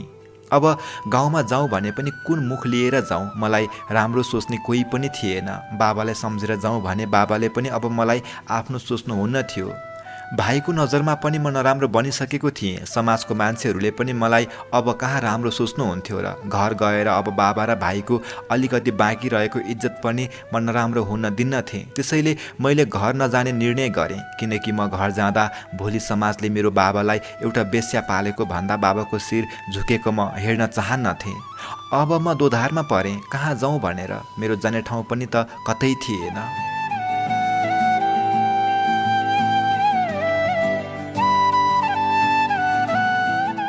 मन दोधारमा पारेर सरको जलेको घरभन्दा अलि ओरापट्टि बसिरहेको थिएँ। सरको घरबाट निकालेको पैसा हेरेँ 15,000 रुपियाँ रहेछ। अब मैले घरभन्दा धेरै टाढा काठमाडौँ सहर जाने निर्णय गरेँ। तर रातको 1 बजेको थियो। मेरो घरबाट काठमाडौँ जानको लागि राति गाडी पाइँदैन थियो। त्यसैले राति कहाँ जाने मलाई थाहा थिएन। केटी मान्छे, मेरो एकपटक इज्जत लुटिएको थियो। तर पनि म भित्रको आत्मा मरेको थिएन। डर मान्दै मान्दै घरभन्दा तलको चौतारीमा गएर सलले मुख छोप्दै बसेँ। चराले आवाज निकाल्दा पनि डरले मेरो सातो जाने गर्थ्यो। बल्ल बल्ल डराई डराई उज्यालो भयो। उज्यालो भएपछि मेलापातमा जानेहरूको आवाज जावत हुन थाल्यो अनि म पनि मुख छोपेर बस आउने पर्खाइमा बसिरहेँ। करिब 7 बजेतिर बस आयो अनि बसमा चढेर लागे काठमाडौँतिर। जिन्दगीमा पहिलो पटक काठमाडौँ आउँदै थिएँ, त्यो पनि बाध्यतामा। बसमा आनन्दले बस्दा पनि किन मनमा एकदम धेरै बेचैनी थियो, किनकि काठमाडौँमा मेरो कोही थिएन अनि जाने ठाउँ पनि कतै थिएन। मैले कतै चिनेको पनि थिएन। कहाँ जाने, के खाने मलाई केही थाहा थिएन। बाटोभरि मनमा कुरा खेलाउँदै म काठमाडौँ पुगेँ। बसले मलाई काठमाडौँको बस प्राकमा ल्याएर झारिदियो अनि म त्यहीँको एउटा डिलमा बसेर काठमाडौँको रमिता हेर्न थालेँ। यति ठुलो सहर, यति ठुलो घरहरू अनि यति धेरै मान्छेहरूको भिड मैले आजसम्म देखेको थिइनँ। म एकछिन अचम्ममा परेर काठमाडौँ सहरलाई निहालेर हेर्न थालेँ। त्यो दृश्य हेरेर मेरो मनको कयौँ पीडाहरू मैले सजिलै भुल्न थालेँ। बिस्तारै दिन ढल्दै गयो अनि रात पर्न थाल्यो। रात परेसँगै अब मलाई डर पनि लाग्न थाल्यो। कता जाने होला, के खाने होला भनेर मनमा बेचैनी थियो। खल्तीमा पैसा त थियो तर मनमा हिम्मत र आँट थिएन। बाटो काट्न पनि सजिलो थिएन। गाडीको भिड कम भएपछि बाटो काट्छु भनेर बसेँ, तर काठमाडौँमा गाडीको ताती कहिले नसकिने रहेछ। हेर्दा हेर्दै बेलुकाको 10 बज्यो। अब बिस्तारै बस प्राकतिरका घरहरूको ढोका बन्द हुन थाले। रोकिँदै चल्दै गर्ने गाडी, लोकल बस पनि बिस्तारै आउन छाडे। अब बिस्तारै सडकमा भुस्या कुकुरहरूको आवाज आएको महसुस हुन थाल्यो। मलाई डर लाग्न थाल्यो अनि म छिटो छिटो हिँडेर एउटा पुलमाथि गएर बसेँ। सायद त्यो ठाउँको नाम मलाई थाहा भएन, तर त्यसको दायाँपट्टि धराहरा थियो अनि अगाडि नेपाल टेलिकम भनेर लेखिएको ठुलो घर थियो अनि बायाँपट्टि ठुलो चौर थियो। तलबाट गाडीहरू धेरै गुडिरहेका थिए। मलाई भने एकदम धेरै डर लागिरहेको थियो। त्यत्तिकैमा मेरो नजिक एउटा केटा आयो र भन्यो, जाने हो 500 रुपैयाँ। म त गाउँबाट आएको सोझी केटी, मलाई के थाहा त्यो 500 रुपैयाँ भित्रको कहानी। मैले त सोचेँ सायद 500 रुपैयाँ दिएपछि मलाई कुनै होटलमा लगेर राखिदिन्छ होला, त्यसैले मैले हुन्छ भन्दै उसको साथमा होटलमा आएँ। होटलमा ल्याएर उसले मलाई टन्न खाना खुवाइदियो अनि कोठामा लिएर गयो। कोठामा लगेर ढोका लगाउँदै बत्ती बन्द गर्यो अनि मेरो गालामा सुमसुम्याउन थाल्यो। मैले आफ्नो गालाबाट उसको हात हटाउँदै भने, के गर्न लाग्नु भएको यस्तो, मलाई यो सब मन पर्दैन। उसले हाँस्दै भन्यो, मैले जाने हो भन्दा तिमीले नै त 500 मा हुन्छ भनेको होइन र, फेरि किन नाइ? मैले मनमनै सोचेँ अनि बुझे पनि कस्तो बजार हो यस्तो, नारीको शरीर र अस्तित्व पनि पैसामा बिकाउने। अब मेरो मनमा अनेक कुरा खेल्न थाले। मलाई जसरी पनि उसको हातबाट उम्कन थियो, त्यसैले मैले मुस्कुराउँदै भने, मेरो पहिलो पटक हो, म पानी खाएर आउँछु है भन्दै तल झरेर पानी खाएँ। अब बाहिर जान पनि सबै ठाउँ बन्द थिए अनि त्यो कोठामा जान पनि भोकाएको ब्वाँसो मेरो पर्खाइमा थियो। म दोधारमा थिएँ, के गरौँ के नगरौँ।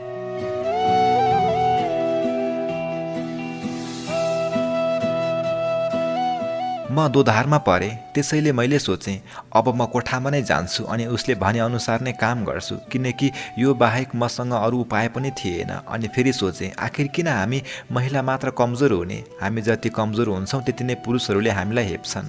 यस्तै कुरा सोच्दै म चुपचाप कोठामा पुगेँ। त्यो मान्छे आफ्नो सबै कपडा खोलेर बसेको रहेछ। उसलाई देख्ने बित्तिकै मलाई लाज लाग्यो अनि हत्तपत्त बत्ती निभाउँदै भने, मलाई लाज लाग्छ, म सबै कुरा बत्ती निभाएरै गर्छु है। उसले हुन्छ भन्यो अनि म बत्ती निभाएर उसको नजिक गएँ। उसले मेरो शरीर सुमसुम्याउन थाल्यो, बिस्तारै मेरो कपडा खोल्न थाल्यो। मलाई किन सरको याद आउँदै थियो। सरले पनि मलाई यस्तै त गर्नुभएको थियो नि जस्तो लाग्दै थियो। अनि हत्तपत्त उसको शरीरबाट आफ्नो हात हटाएँ अनि सिधै उसको ओठमा ओठ जुदाएर चुम्बन गर्न थालेँ। ऊ लट्ठै भएर आँखा चिम्म गर्यो अनि बिस्तारै उसको हातमा आफ्नो हात खप्टाएँ अनि आफ्नो सल निकालेर उसको हातमा बानिदिएँ। दुवै हात बानिदिएर बत्ती बालेँ अनि उसको मोबाइल निकाल्दै भिडियो अन गरेर उसैलाई भने, अबदेखि कुनै पनि अबला नारीको मौकाको फाइदा उठाउँदिन भन्, नत्र भने तँलाई यही मारिदिन्छु। म गाउँबाट पनि मान्छे मारेर आएको हुँ। मेरो कुराले त्यो मान्छे अलिकति डरायो अनि हात जोड्दै भन्यो, यसमा मेरो के दोष छ र, तिमीले नै त हुन्छ भनेर म आएको हो नि, मलाई के थाहा तिमी हिम्मतवाली केटी हौ भनेर। मैले रिसाउँदै भने, सबै केटीहरूले बेस्या बनेका हुँदैनन्, पैसा छ भन्दैमा पैसाले नारीको इज्जत फुकाल्दै हिँड्न त भएन नि। बैंसले त्यति नै उन्माद भएको छस् भने बिहे गर अनि पैसाको त्यति धेरै घमण्ड छ भने बेस्याहरूको लागि एउटा आश्रम खोलिदे। ताकि कुनै पनि बेस्याले आफ्नो परिवार चलाउन र आफ्नो सपना पूरा गर्नलाई शरीर बेच्न नपरोस्। मेरो कुराले सायद उसलाई अलिकति चस्का परेछ क्यारे। अनि माफ माग्दै भन्न थाल्यो, मलाई फुकाइदेऊ, म तिमीले जे भन्छौ त्यही मान्छु। अनि उसले बोलेको भिडियोलाई रेकर्ड गरेर भने, अब मलाई 10,000 दे, नत्र तेरो भिडियो म सोसल मिडियामा हालिदिन्छु। त्यति भनेपछि उसले चुपचाप 10,000 रुपियाँ निकालेर दियो अनि अर्को कोठामा सुत्न गयो। ऊ कोठामा गएपछि म पनि त्यही खाटमा पल्टिएँ अनि मनमा नै सोच्न थालेँ, रहरले कुनै पनि केटी बेस्या बनेका हुँदैनन्। कोही कोही चाहिँ पैसावालाहरू मात्रै हुनको लागि रहरले बेस्या बन्ने हुन्, तर यो धन्दामा प्राय गरिब मान्छे नै धेरै देखिन्छन्। कतिपय मान्छेहरू त कलेज पढ्ने पनि छन्, कतिपय कोठा भाडा तिर्न अनि कतिपय आफ्नो सपना पूरा गर्न नसकेर पनि यस्तो बाटो रोज्दैछन्। अब म तिनीहरूको लागि केही गर्न चाहन्छु। अब म जस्तै गरिब अनि जसले बाध्यतामा शरीर बेच्छन् तिनीहरूको एउटा सङ्गठन बनाउँछु। अनि जति पनि मान्छेहरूले एउटा नारीलाई बेस्या सम्झेर कपडा खोल्न आउँछन् तिनीहरूलाई ब्ल्याकमेल गरेर यसरी नै पैसा जम्मा गर्छु अनि एउटा बेस्या बन्न बाध्य भएका नारीहरूको लागि आश्रम खोल्छु, जहाँ सबै नारीहरूले काम पाउनेछन् अनि बाँच्नकै लागि मजबुरीमा शरीर बेच्नु पर्ने छैन। मनमा यस्तै कुरा खेलाउँदा खेलाउँदै म खाटमा पल्टिरहेँ।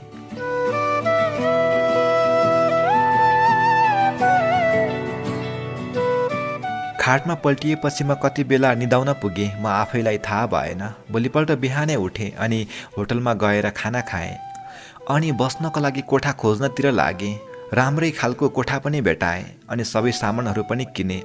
अब मलाई जसरी पनि बाध्यतामा बेस्या बनेकाहरूका लागि रोजगार दिन थियो, तर सबैभन्दा पहिलो मैले एउटा बेस्या सङ्गठन बनाउने निर्णय गरेँ, जुन बेस्या सङ्गठनबाट चाहिँ रहरले बेस्यासँग सुत्न आउनेहरूसँग पैसा मागेर बेस्याहरूको लागि एउटा काम उपलब्ध गराउन सकौँ। त्यसैले म दिनभरि यही कुरालाई कसरी अगाडि बढाउने भनेर सोचिरहेँ।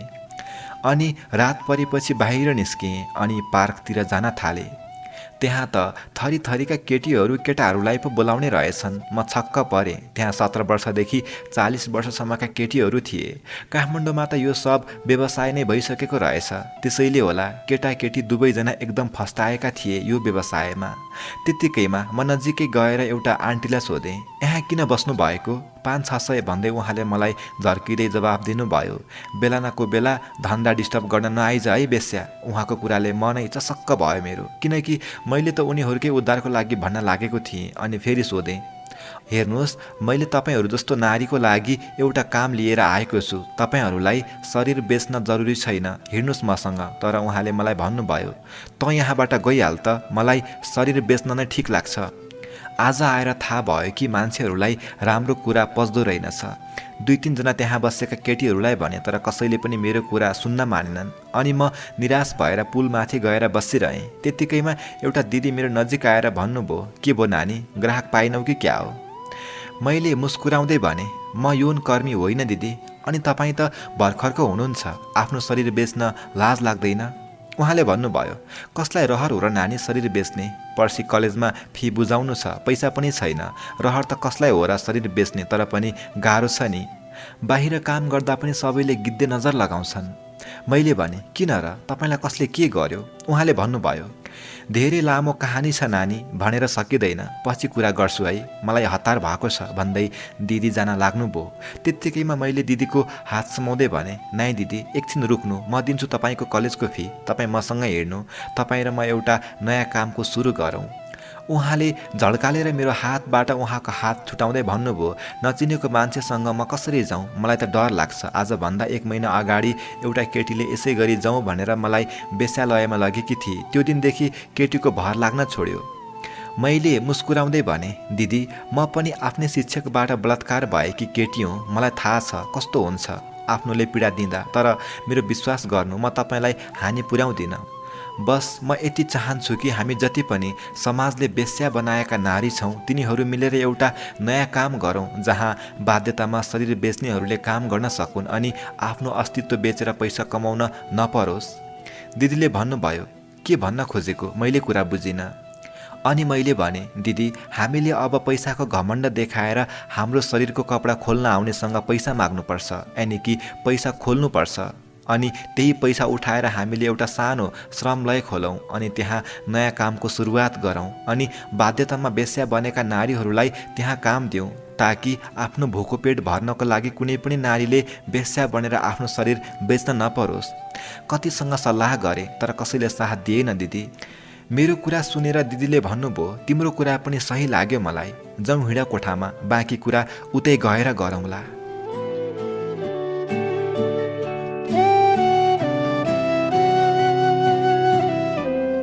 दिदीलाई कोठामा लिएर गएँ अनि भने, अब सुनाउनुहोस् दिदी, तपाईँ यहाँ कसरी? दिदीले आँखाभरि आँसु बनाउँदै भन्नुभयो, मेरो नाम मनिता हो, मेरो घर नुवाकोट, अनि मेरो घरमा बाबा आमा र म मात्र थियौँ। म गाउँकै स्कुलमा कक्षा 10 मा पढ्थेँ। पढ्न पनि एकदम धेरै जान्ने थिएँ। सबैजनाले कति धेरै माया गर्थे। सरहरूले पनि मलाई एकदम धेरै माया गर्नुहुन्थ्यो। एकदम धेरै खुसी थिएँ म, किनकि घरको एउटी छोरी, जे भने पनि पुर्याइदिनुहुन्थ्यो सबैले। धेरै ठुलो रहर र सपना त थिएन मेरो, तर पनि आफूलाई एकदम धेरै भाग्यमानी ठान्थेँ म। कहिल्यै दुखी हुँदैनथे, सधैँ खुसी हुन्थे। तर मेरो खुसी धेरै टिक्न सकेन। साउनको महिना थियो, जताततै पानी परेको थियो। मम्मी त्यो दिन मामा घर जानु भएको थियो। स्कुल पनि 1 महिनाको लागि बिदा भएको थियो। गर्मी एकदम धेरै बढेको थियो। बाहिर पानी परेकोले बाहिर जान पनि सम्भव थिएन। त्यसैले म झ्याल खोलेर आफ्नै कोठामा पल्टिरहेको थिएँ। बाहिरबाट हावा चलिरहेको थियो। चिसो हावासँग हराएर म कति बेला निदाउन पुगेँ, म आफैलाई थाहा भएन।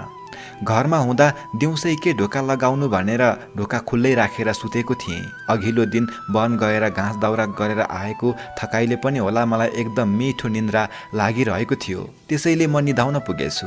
एकैछिनमा निन्द्रामा नै कता कता मेरो पेटमा चिसो भएको महसुस भयो। सुरुमा त सपना जस्तै लाग्यो, तर निकै चिसो माथितिर सर्दै गएपछि मैले आफ्नो हात पेटमा लगेँ अनि म एक्कासै बिउजेँ, किनकि मेरो पेटमा त अरू कसैको हात थियो। अनि हत्तपत्त त्यो हातलाई हटाउन खोजेँ, तर सकिनँ, किनकि त्यो हात त सरेर मेरो छातीसम्म पुगेको थियो। बाहिर हेर्न खोजेँ, पर्दा लागेको रहेछ, ढोका पनि लागेको थियो, झ्याल पनि लगाएको थियो। मेरो आवाज अब कसैले सुन्दैनथ्यो। त्यत्तिकैमा त्यो मान्छे मेरो कम्मरनिर बस्यो अनि आफ्नो दुवै हातले मेरो हातमा समाएर थिच्यो। मेरो अनुहारमा चुम्बन गर्न थाल्यो। मैले यताउति गरेर आफ्नो मुन्टो घुमाउन थालेँ, तर उसको बलमा म कहाँ लाग्न सक्थेँ र? म माथि के हुँदै थियो म आफैलाई थाहा थिएन। यो सपना हो कि विपना, म आफैलाई थाहा थिएन। मलाई एकदम धेरै डर लाग्दै थियो अनि त्यो मान्छेको अनुहार हेर्ने हिम्मत पनि थिएन मसँग। तर मलाई यो सब कुरा सबै सपना भइदिए पनि हुन्थ्यो जस्तो लागिरहेको थियो। तर विपनाको कुरा कहाँ सपनामा सीमित हुन्थ्यो र? उसले आफ्नो शरीरले मलाई थिचेको थियो अनि आफ्नो ओठहरू मेरो अनुहारभरि घुमाउँदै थियो। उसको शक्तिमा मेरो केही लागेन अनि म आँखाभरि आँसु बनाएर उसको चोट सहन बाध्य भएँ। उसले मेरो एउटा हात मेरै जिउले चेपिदियो अनि अर्को हातले मेरो हात समाएर एउटा हातले मेरो शरीरको कपडा खोलिदिन थाल्यो। आफ्नो हातलाई मेरो कलिला छातीमा सलबलाउन थाल्यो। डरले मेरो शरीर पुरै कापिरहेको थियो। नाइ नाइ भन्दै आँखाबाट बरबर आँसु झार्दै थिएँ। जति जति उसले आफ्नो हातले मेरो छातीमा रगड्थ्यो, उति उति म डरले बचाऊ बचाऊ भनेर कराउन थालेँ। मैले आवाज निकालेपछि उसले मेरो ओठलाई टोकिदियो। मेरो ओठ चराएर म झन आतिन थालेँ। म जबरजस्ती ऊबाट आफूलाई छुट्टिन यताउति टाउको घुमाउँदा उसको दारीहरूले मेरो सबै अनुहारहरू चिथोरिरहेको थियो। त्यत्तिकैमा उसले मेरो सबै कपडा खोलिदियो अनि आफ्नो पनि कपडा खोलेर म माथि अत्याचार गर्न लाग्यो। म पीडा सहन नसकेर बेसरी रुन थालेँ। मेरा ओठहरू सबै पोलेका थिए। मेरा कलिला छातीमा उसले आफ्नो नङ गाडेर रगत आएको थियो, पोलेको थियो। मेरो कम्मरभन्दा तलको भागहरू एकदम धेरै दुखेको महसुस हुँदै थियो।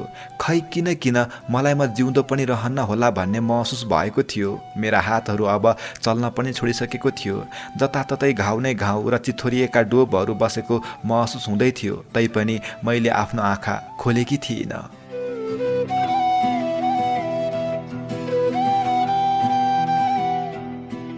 ऊ मेरो शरीरमाथि धेरै बेर बस्यो। एक त उसले मलाई पेलिरहेको थियो, अर्को त उसले मलाई शारीरिक सम्पर्क गरेर धेरै गाह्रो भएको थियो। म सहन नसक्ने भएको थिएँ। मेरो हालत झन झन खराब हुँदै थियो। म सहन नसकेर नाइ छोड्दै भन्दै आतिन थालेँ, किनकि जब जब त्यो म माथि चढेर आफ्नो सुख पुरा गर्दै थियो तब तब मेरो सास बेसरी अड्केको महसुस हुँदै थियो अनि कम्मरको पीडा मुटुमा आएर ठोकिन्थ्यो। म सहन नसक्ने भइसकेको थिएँ। चुपचाप जिउँदो लास जसरी सबै कुराहरू सहेर बसिरहेँ। उसले दिएको सबै चोट सहिरहेँ। करिब 1 घन्टापछि ऊ मेरो शरीरबाट हट्यो अनि को होला ऊ भनेर आफ्नो आँखा खोल्न खोजे, तर मेरो आँखा खोल्न सक्ने हिम्मत पनि थिएन ममा। मुख सुकेर कसैले एक थोपा पानी दिए पनि खान्थे जस्तो भएको थियो। ओठ चराएर बेसरी दुखेको थियो। आफ्नो हातले ओठलाई छाम्न खोजे, तर मेरा हातहरू पनि उठाउन सकिनँ मैले। बल्ल बल्ल बिस्तारै आफ्नो हातहरूलाई उठाएर छातीमा पुर्याएँ। मेरो हातले छातीमा छुन नपाउँदै बेसरी चस्किएर दुखाइ मुटुमा पुग्यो, किनकि मेरो छातीभरि नङले चिथोरिएका डोबहरू सुनिएर छुन नमिल्ने भएको थियो। बल्ल बल्ल बिस्तारै आँखा खोलेर त्यो मान्छेलाई हेरेँ। जब त्यो मान्छेलाई देखेँ तब म जिउँदै लास बने, किनकि त्यो मान्छे अरू कोही नभएर मेरो बाबा हुनुहुन्थ्यो। छ्या, आफ्नै बाबाले मलाई बलात्कार गरेको भनेर म डाँको छोडेर रुन थालेँ। सायद पराईले बलात्कार गरेको भए बरु सहन सजिलो हुन्थ्यो होला, तर मलाई त आफ्नै बाउले, हिजोसम्म लक्ष्मी भनेर खुट्टा ढोग्ने बाउले आज खुट्टा चढाएर मलाई बलात्कार गर्यो। आँखाबाट आँसु झार्ने हिम्मत पनि थिएन। बाउ केही नबोली बाहिर निस्कियो। मलाई भने जिउँदो लास भएको महसुस हुँदै थियो अनि केही नबोली चुपचाप आँखाबाट आँसु बगाउँदै एकहोरो बाहिर हेरेर सुतिरहेँ। म यति कमजोर भएको थिएँ कि उठेर आफ्नो कपडाले शरीर समेत छोप्न नसक्ने भएको थिएँ। धेरै बेर रोएँ, कराएँ, आखिर मलाई बुझ्ने को नै थिए र घरमा। बल्ल बल्ल उठेँ अनि आफ्नो छरिएर बसेका कपडाहरूलाई मिलाएर आफ्नो नाङ्गो शरीरलाई ढाकेँ। वर्षा झन झन ठुलो हुन थाल्यो। आकाशबाट एकदम धेरै ठुलो झरी पर्दै थियो, साथै गडाङगुडुङ पनि गरिरहेको थियो। म भने चुपचाप लागेर बसिरहेँ। शरीरभरिका घाउहरूले मलाई एकदम धेरै पोल्दै थियो। ओठहरू सुन्निएर बोल्नै नमिल्ने भएको थियो। मलाई एकदम धेरै भोक पनि लागिरहेको थियो। त्यसैले बिस्तारै खाटबाट भुइँमा झरेँ, तर मेरो खुट्टा सार्नै भइरहेको थिएन। मलाई दुखेर हिँड्नै पनि नसक्ने भएको थिएँ। बल्ल तल्ल भित्तालाई समाउँदै समाउँदै भान्सामा पुगेँ अनि एउटा बटुकोमा खाना हालेँ अनि मुस्न खोजेँ। मेरा हातका औँलाहरू सबै दुखेको थियो। मेरो जोड्नीहरू सबै दुखेकोले बसेर खान पनि सकिनँ अनि बल्ल तल्ल थोरै खाना मुखमा लगेँ। तरकारीको पिरोले मेरो ओठ झन पोल्न थाल्यो अनि खानालाई त्यसै छोडेर कोठामा आएर भित्ताको ऐनालाई हेरेँ। आफ्नो अनुहार देखेर म आफै डराएँ। अनुहारभरि घाउ थियो अनि आफ्नो ऐनामा देखिएको अनुहारलाई ऐनामा नै स्पर्श गर्दै म रुन थालेँ। घरमा पनि असुरक्षित भएपछि नारी बाहिरी दुनियाँको कसरी विश्वास गर्ने? हे भगवान्, जे मेरो साथमा भएको छ त्यो मेरो शत्रुको साथमा पनि नहोस्, किनकि धेरै गाह्रो हुन्छ मृत्युको मुखमा पुगेर फेरि फर्केर आउन। मलाई मेरो पीडा आमालाई सुनाउनु थियो, त्यसैले रुँदै रुँदै आमा आउने पर्खाइमा बाटोमा नै हिँड्दै बस्न थालेँ।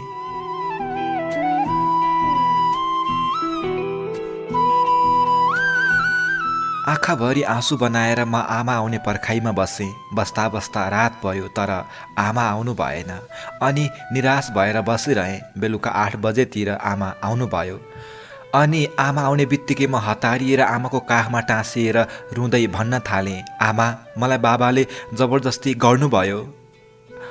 मलाई आशा थियो कि मलाई आमाले साथ दिनुहुन्छ, आमाले मेरो कुरामा विश्वास गर्नुहुन्छ, तर म गलत रहेछु। आमाले उल्टै मलाई गालामा हान्दै भन्नुभयो, आफ्नो बाबामाथि यस्तो आरोप लाउन तँलाई लाज लाग्दैन? मैले आफ्नो अनुहार र शरीरभरिको घाउलाई देखाउँदै भन्न थालेँ, ल हेर्नु न, नपत्याए। म चुप लागेर सुतिरहेको थिएँ। पानी परेको थियो, त्यही मौका पारेर बाबाले मलाई जबरजस्ती गर्नुभयो। आमाले उल्टै मेरो कपालमा समाउँदै भन्नुभयो, कसले गर्यो तँलाई अनि अहिले दोष बाउलाई लाउँछस्? तेरो बाउ कस्तो मान्छे हो मलाई राम्रोसँग थाहा छ। आमाको यस्तो कुरा सुनेर बाबा कुनामा बसेर मुसु मुसु हाँसिरहनु भएको थियो। आमाले पनि मलाई नबुझेको देखेर म जीवित रहनुको कुनै अर्थ लागेन अनि आमाको अगाडि नै नाम्लो लिएर घरमा नै मर्न खोजेँ, किनकि मलाई सायद बाबाले बलात्कार गर्दा पनि त्यति पीडा भएको थिएन होला जति पीडा आमाले मलाई नबुझ्दा भएको थियो। मर्न खोज्दा आमाले फेरि भन्नुभयो, किन मर्न खोज्दैछस् हँ? समाजको मान्छेले बेस्या कुन्तीसँग सुतेर आई अनि मरी भन्छन्, बरु घर छोडेर जा, मरेर हाम्रो अलिकति भएको इज्जत पनि नफ्याँकिदे। आमाको यस्तो कुरा सुनेर म आफूभित्र आफै मरेँ।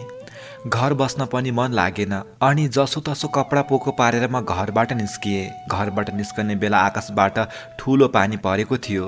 पानीमा भिज्दै भिज्दै म तल बस स्टपसम्म आइपुगेँ। अँधेरी रात भएकोले बस पाउने कुनै छाँटकाट नै थिएन, तर काठमाडौँ जानकै लागि भनेर एउटा अर्कै गाडी आएको रहेछ। पानीले भिजेर मेरो सबै कपडा शरीरमा नै टाँसिएको थियो, साथै मेरो अनुहारभरि घाउ नै घाउ थियो। त्यो गाडीमा भएको मान्छेको नजर मेरो शरीरतिर नै थियो। म आफ्नो कपडाहरूले शरीर ढाक्ने कोसिस गर्थेँ तर सक्दैनथेँ। सबैजनाले मलाई बचाउनुको साटो पानीमा किन भिजेको भन्नुको साटो उल्टे आँखा लगाउँदा म एकदम धेरै आँतिएको थिएँ। अनि सायद रात परेको भएर होला सबैको नजर अलि बढी नै परेको थियो म माथि। त्यत्तिकैमा त्यही गाडीमा भएको एकजना दिदीले मलाई पछ्यौरी दिँदै भन्नुभयो, लाउ नानी आफ्नो शरीर छोप, नत्र यी भोकाएर बसेका स्यालहरूले जति बेला पनि आक्रमण गर्न सक्छन् तिमी माथि। त्यो दिदीको कुरा सुनेर म एकदम खुसी भएँ, किनकि कोही त रहेछ मलाई पनि राम्रो सोच्ने। अनि म मनमा नै खुसी हुँदै त्यो दिदीसँग परिचय गर्न थालेँ अनि सबै कुराहरू सोध्न थालेँ। त्यत्तिकैमा हामी बीच धेरै कुराकानी भयो। मैले घर छोडेर आएको अनि घरमा भएको सबै कुरा सुनाएँ। दिदीले पनि मलाई आफ्नो सबै कुरा सुनाउनु भयो अनि सँगै काठमाडौँमा एउटै काम गर्ने भनेर मलाई हौसला पनि दिनुभयो। दिदीको कुराले म एकदम धेरै खुसी थिएँ, किनकि मैले एउटा साथ अनि हौसला दिने मान्छे पाएको थिएँ। दिदीसँग कुरा गर्दा गर्दै हामी कति बेला काठमाडौँ आइपुग्यौँ मलाई थाहा नै भएन। काठमाडौँ आइपुग्दा करिब बेलुकाको 10 बजेको थियो होला। गाडीबाट ओर्लेर हामी सरासर दिदीको घरतिर लाग्यौँ।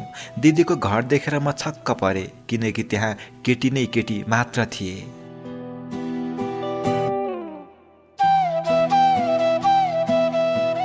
केटी नै केटीको भिड देखेर म अचम्ममा परेँ। दिदीलाई देखेर सबैले दिदीलाई नमस्कार गर्दै थिए अनि म छक्क पर्दै हातमा आफ्नो कपडा पोको पारेर दिदीको पछि पछि लागेँ। केही बेरमा दिदीले मलाई एउटा कोठा देखाउँदै भन्नुभयो, जाऊ कोठामा अनि कपडा फेरेर बाहिर आऊ, भोक लागेको होला, खाना खानुपर्छ। आजबाट तिमी यहाँ बस अनि यो कोठा तिम्रै हो, तिमी जस्ता धेरै दिदी बहिनी छन् यहाँ। दिदीले जे भने पनि म हुन्छ भन्थेँ, किनकि अन्त जाने मेरो ठाउँ पनि थिएन। त्यसैले दिदीले भनेको सबै कुरालाई मानेर म खाना खान गएँ। खाना खाएर आएँ, कोठामा पल्टिएँ, किनकि मलाई एकदम धेरै निद लागेको थियो। दिउँसोको थकाइ अनि निको नभएको आलो घाउहरूले पोल्दै थिए, त्यसैले म सुत्न लागेँ। त्यत्तिकैमा कसैले मेरो ढोका ढकढक गर्यो। सायद दिदी आउनु भएको होला भन्दै मैले ढोका खोलेँ, तर त्यहाँ एउटा अन्जान केटा मान्छे पो थियो। उसले सोध्यो, तिमी मनिता हौ? मैले भने, अँ हो, किन र? उसले मेरो प्रश्नको जवाफ नै नदिई ढोका लगायो अनि सिधै मलाई खाटमाथि लडाएर मेरो अङ्गहरू मुसार्न थाल्यो। म चिच्याउन थालेँ अनि उसको हात टोकिदिएर हत्तपत्त बाहिर निस्केर दिदीको छेउमा गएँ। म त एउटा 16 वर्षको कलिलो केटी, मलाई के थाहा यहाँ कसैको विश्वास गर्न हुन्न भनेर। रुँदै दिदीको हात समाएर भने, हेर्नु न दिदी, त्यो मान्छेले मलाई जबरजस्ती गर्न खोज्दैछ। दिदीले आफ्नो हातबाट मेरो हात छुटाउँदै भन्न थाल्नुभयो, मैले नै गर्न लगाएको हुँ। यो शब्द सुनेर म छाँगाबाट खसे जस्तै भएँ अनि रुँदै भन्न थालेँ, आखिर म माथि मात्रै किन पीडा? दिदीले मेरो आँसु पुस्दै भन्नुभयो, नानी, तिमी जुन सहरमा छौ त्यो काठमाडौँ सहर हो अनि तिमी जुन घरमा छौ त्यो वेश्यालय हो। यहाँ सित्तैमा केही पाइँदैन। जति पनि यहाँ तिमीले देखेका केटी छन् तिनीहरू सबैले आफ्नो शरीर बेचेर आफ्नो सपनाहरू पुरा गर्दैछन्। म आफै पनि शरीर बेचेर हुर्किएको मान्छे। बाँकी तिम्रो इच्छा, यदि शरीर बेच्ने मन छैन भने जाँदा हुन्छ यहाँबाट। दिदीको यस्तो कुरा सुनेर म बेसरी रोएँ। अन्त जाने ठाउँ पनि थिएन अनि चुपचाप लागेर त्यही कोठीमा बस्ने निर्णय गरेँ। त्यो दिनबाट हरेक दिन केटा मान्छेहरूको ओछ्यान बनेको छु म। सबै आउँछन्, मै माथि चढेर जान्छन्। अचम्मको छ यो वेश्याको जात पनि। आफ्नो आँसु बेचेर पैसाको लागि दुनियाँलाई खुसी बनाउनु पर्छ। आज काठमाडौँ आएको पनि 5 वर्ष भयो। दुनियाँसँग सुत्दै पढेको छु। जुन दिन राम्रो काम पाउँछु त्यो दिनबाट यो सब काम छोडिदिन्छु भन्ने सोचमा छु। भोलि कलेजमा फी बुझाउन 10,000 रुपैयाँ चाहिएको छ, तर साथमा केही छैन। के गर्ने? अरू काम गर्न पनि गलत नजर लगाउँछन् मान्छेहरू। अरू काम गर्न पनि डर नै लाग्छ। अब यही काम गरेर यहाँसम्म आएँ। अब 1-2 दिन गर्छु अनि छोड्छु भनेर आएको थिएँ रत्न पार्कमा। तिमीसँग भेट भयो, खुसी लाग्यो। जस्तो नाम उस्तै काम गर्न खोज्दैछौ। अबबाट तिमी र म मिलेर वेश्या बन्न बाध्य भएका नारीहरूको लागि केही गर्नुपर्छ। तिमीलाई भेटेर मेरो पनि सोच नै बदलियो। साँच्चै रहरले सबै वेश्या बनेका हुँदैनन्। कतिले त आफ्नो पेट भर्न पनि वेश्या बनेका हुन्छन्, कतिले कलेज पढ्न पनि वेश्या बनेका हुन्छन्, कति त साथी सरह बनेर हिँड्न पनि वेश्या बन्न बाध्य हुन्छन्, अनि कतिले आफ्नो सपना पुरा गर्न पनि वेश्या बनेका हुन्छन्। तर प्राय धेरै केटीहरू बाध्यताले नै वेश्या बनेका हुन्छन्।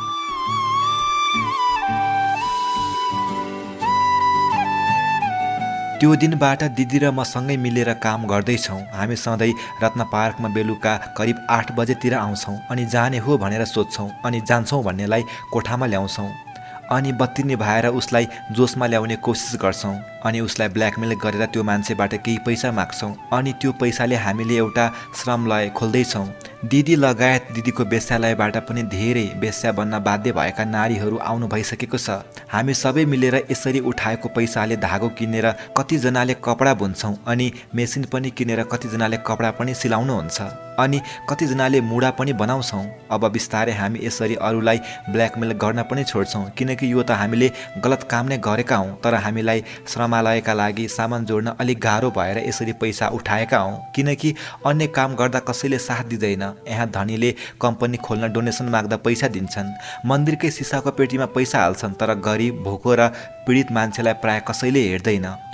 अनि त्यस्तै ब्ल्याकमेल गर्ने क्रममा तपाईँ फेला पर्नुभयो अनि आज तपाईँसँग आफ्नो कुराहरू खोल्दैछु किनकि आजसम्म मैले जति केटासँग पैसा लुटेँ तिनीहरूलाई आफ्नो कहानी कहिल्यै सुनाइनँ अनि तिनीहरूले मेरो कहानी सोधेनन् पनि। सबैलाई मेरो शरीरसँग मात्रै मतलब थियो, सायद त्यसैले होला सबै शरीरमा नै मरिहत्ते गर्थे, तर तपाईँ तिनीहरूभन्दा बेग्लै हुनुहुँदो रहेछ। त्यसैले तपाईँले मलाई सोध्नुभयो अनि किन मलाई पनि आफ्नो सबै कुराहरू खोल्न मन लाग्यो अनि तपाईँलाई आफ्नो कहानी सुनाएँ। खुसीको यस्तो दुःखलाग्दो कहानी सुनेर मेरो आँखाभरि आँसु भएका थिए अनि म भित्तामा अडेस लागेर आफ्नो आँसुहरू बगाएर आफ्नै संसारमा हराएको थिएँ। मलाई पनि कुनै विगत याद आयो जसलाई मैले भुलिसकेको थिएँ। खुसीले मेरो गालामा मुसार्दै भनिन्, किन रोएको तपाईँ? म सुनाउने मान्छे रोएको छैन, तपाईँ किन रुनुहुन्छ? उसले छोएपछि म झसङ्ग बिउजेँ अनि उसलाई आफ्नो नजिक तानेर भने, तिम्रो हिम्मत अनि तिमीले वेश्या बन्न बाध्य भएका नारीहरूको लागि गरेको काम साँच्चै महान छ। एउटा छोरी मान्छे भएर पनि तिमीले यो सब गर्यौ। मलाई पनि गर्व लाग्दैछ कि तिमीसँग मेरो भेट भयो। केटी पनि कमजोर हुँदैनन् भन्ने कुरा मैले तिमीबाट पाएँ। समाजमा तिमी जस्ता महिलाको खाँचो छ। साँच्चै तिमी महान छौ। तिमीले आफूलाई कमजोर नबनाई अगाडि बढ्यौ। आज तिमीले गर्दा कयौँको जिन्दगी बन्दैछ। साँच्चै नै तिमी र तिम्रो कथा सुनेर मलाई पनि मेरो जीवनको एउटा घटना याद आयो। काश तिमीसँग त्यो घटना पहिले नै भेट भएको भए म त्यो घटनालाई आफ्नो मनभित्र राख्ने थिइनँ। सायद मैले पनि बदला लिन्थेँ होला, तर मलाई डर थियो कि कतै भोलि मलाई अप्ठ्यारो पो हुने हो कि भनेर। त्यसैले म चुपचाप छु आजसम्म। मैले त बाहिरी दुनियाँमा हराएर सबै कुराहरू भुलिसकेको थिएँ, तर आज फेरि याद आयो त्यो दिन जुन दिन मेरो जीवनकै कालो दिन थियो।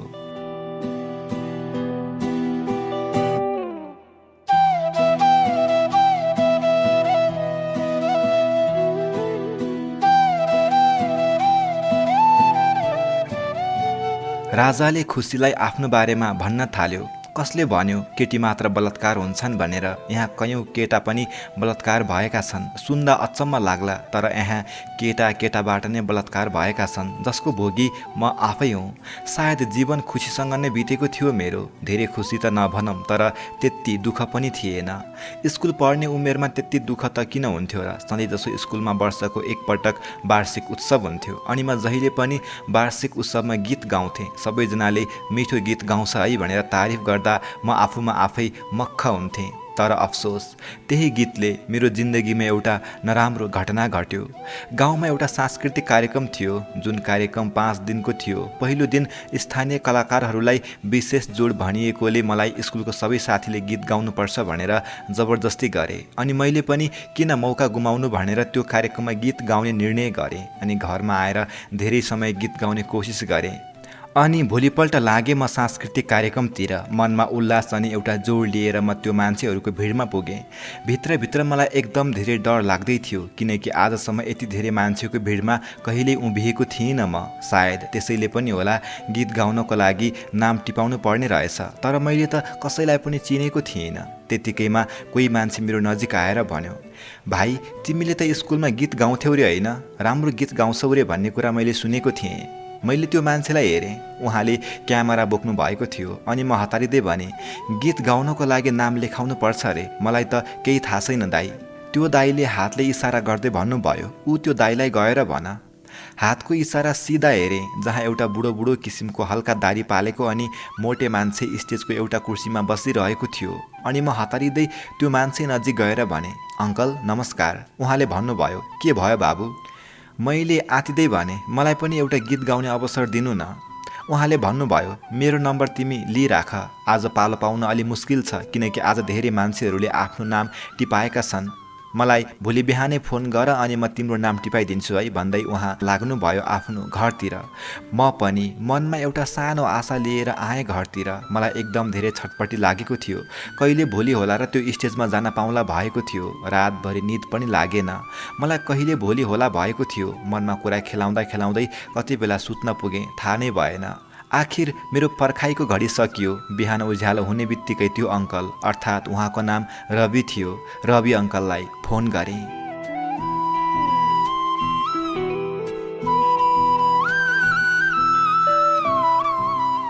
उहाँलाई फोन गरेर आफ्नो नाम टिपाएँ अनि कपडाहरू लगाउँदै ऐनामा हेरेर मुस्कुराउन थालेँ। यताउति गर्दा गर्दा कति बेला 9 बज्यो थाहा नै भएन।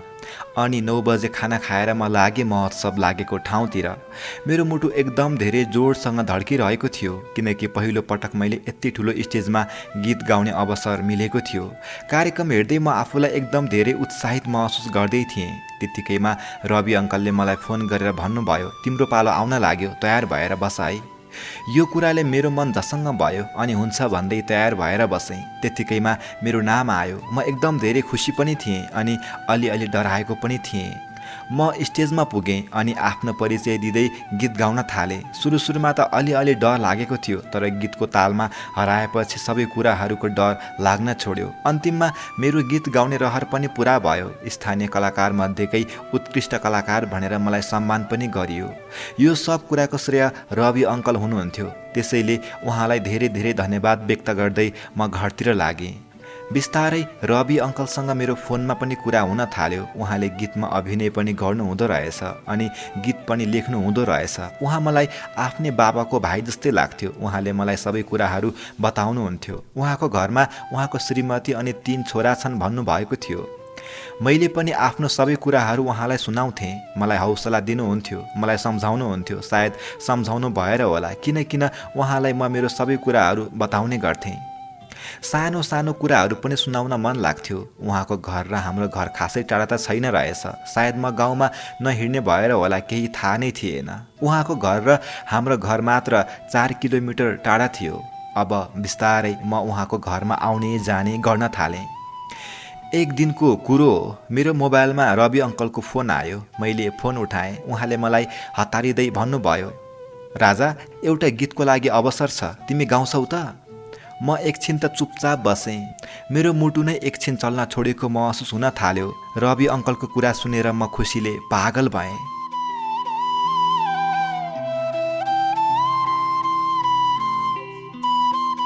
रवि अङ्कलको कुराले मेरो मन थिरमा थिएन। मैले हतारिँदै भने, यो त मेरो लागि खुसीको कुरा हो नि, किन नगाउनु, गाउँछु नि गीत। मैले यस्तो भनेपछि उहाँले मलाई भन्नुभयो, त्यसो भए आऊ हाम्रो घरमा, म तिमीलाई गीतको लय सिकाउँछु। उहाँको कुराले मेरो मन थिरमा थिएन, त्यसैले हतार हतार गर्दै म उहाँको घरमा पुगेँ। तर उहाँको घरमा त चाबी लगाइएको थियो। एकछिन त म आतिएँ किनकि यो मेरो लागि एकदम ठुलो अवसर थियो अनि आतिँदै अङ्कललाई फोन गरेँ। उहाँले मेरो होटलमा आऊ, म होटलमा छु भन्नुभयो। उहाँको कुराले म झन् उत्साहित हुँदै उहाँको होटलमा पुगेँ। उहाँले मलाई होटलमा देखेर भन्नुभयो, आऊ बस, भन के खान्छौ? मैले मुस्कुराउँदै भने, केही नखाने, बरु गीतको बारेमा भनिहाल्नुहोस् न, सुन्न आतुर भइसकेँ। उहाँले भन्नुभयो, के हतार छ र, पहिला खाजा खाऊ भन्दै उहाँले मलाई चिया खुवाउनु भयो अनि फेरि भन्नुभयो, अब भन के खान्छौ? मैले मुस्कुराउँदै भने, नाइ केही नखाने, बरु छिटो जाउँ न कोठामा। मलाई गीतको शब्द र त्यसको लय सुन्न एकदम धेरै हतार थियो किनकि कलाकार हुने मेरो बच्चैदेखिको सपना अब पुरा हुँदै थियो।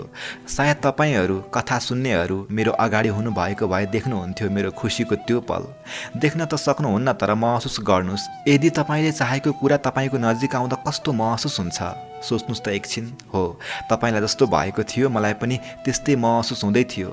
मलाई खाजा खाना भन्दा पनि गीतको शब्द हेर्नु थियो। मलाई आज भोक पनि लागेको थिएन, त्यसैले रवि अङ्कललाई भने, प्लिज छिटो जाउँ न कोठामा। उहाँले हाँस्दै भन्नुभयो, अब चाउमिन बनाएको छ, त्यो पनि खाने अनि जाने है। मैले हुन्छ भने, किनकि त्यो बाहेक अरू केही विकल्प पनि थिएन। मलाई भोक पनि पटक्कै लागेकै थिएन। जसरी हुन्छ मलाई चाँडै कोठामा जानु थियो। त्यत्तिकैमा आतिँदा मेरो अगाडि चाउमिन आइपुग्यो। मैले अब हतारिँदै चाउमिन खान थालेँ। मैले छिटो छिटो चाउमिन खाएको देखेर रवि अङ्कलले भन्नुभयो, बिस्तारै खाऊ, हतार नगर। उहाँले भनेअनुसार मैले खाजा खाएँ अनि उहाँले पनि खानुभयो। त्यसपछि लाग्यौँ हामी कोठातिर। कोठामा पुगेर उहाँले ढोका लगाउनु भयो अनि मैले भने, के भयो अङ्कल, किन ढोका लगाउनु भएको? मैले त कुरै बुझिनँ नि। यस्तो गर्मी छ, किन ढोका लगाउनु पर्यो? यत्तिकै बसौँ न, हुँदैन? उहाँले भन्नुभयो, केही हुँदैन, ढोका लगाएर बस्न भन्दै पङ्खा चलाइदिनु भयो।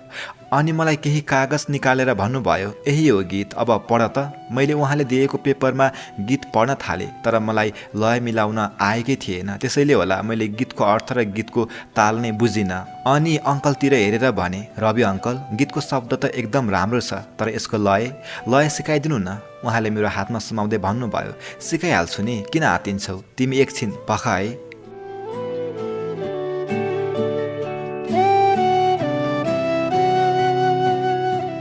रवि अङ्कलले गीत सिकाउने बहानामा बिस्तारै मेरो हातमा समाउन थाल्नुभयो। मलाई एकदम धेरै अप्ठ्यारो लागेको थियो, तर पनि अङ्कलले सायद माया गरेरै समाएको जस्तो लाग्यो, किनकि म उहाँलाई मेरो बाबा सम्मान सम्झन्थेँ। त्यत्तिकैमा उहाँले मेरो दुवै हात समाएर मलाई खाटमा लडाउनु भयो। उहाँको यस्तो हरकत देखेर मलाई एकदम धेरै डर लाग्न थाल्यो। गर्न त म के नै सक्थेँ र? उहाँ 40-45 वर्षको एउटा मोटो मान्छे अनि म एउटा 17 वर्षको कलिलो मान्छे। आखिर कहाँ सक्थेँ र म उहाँको बलसँग दाँजिनँ। त्यसैले चुपचाप उहाँको पीडा सहन बाहेक अरू केही विकल्प नै थिएन मसँग। अनि आतिदै भन्न थालेँ, के गर्नुभएको तपाईँले मलाई यस्तो? छोड्नु मलाई, छोड्नु।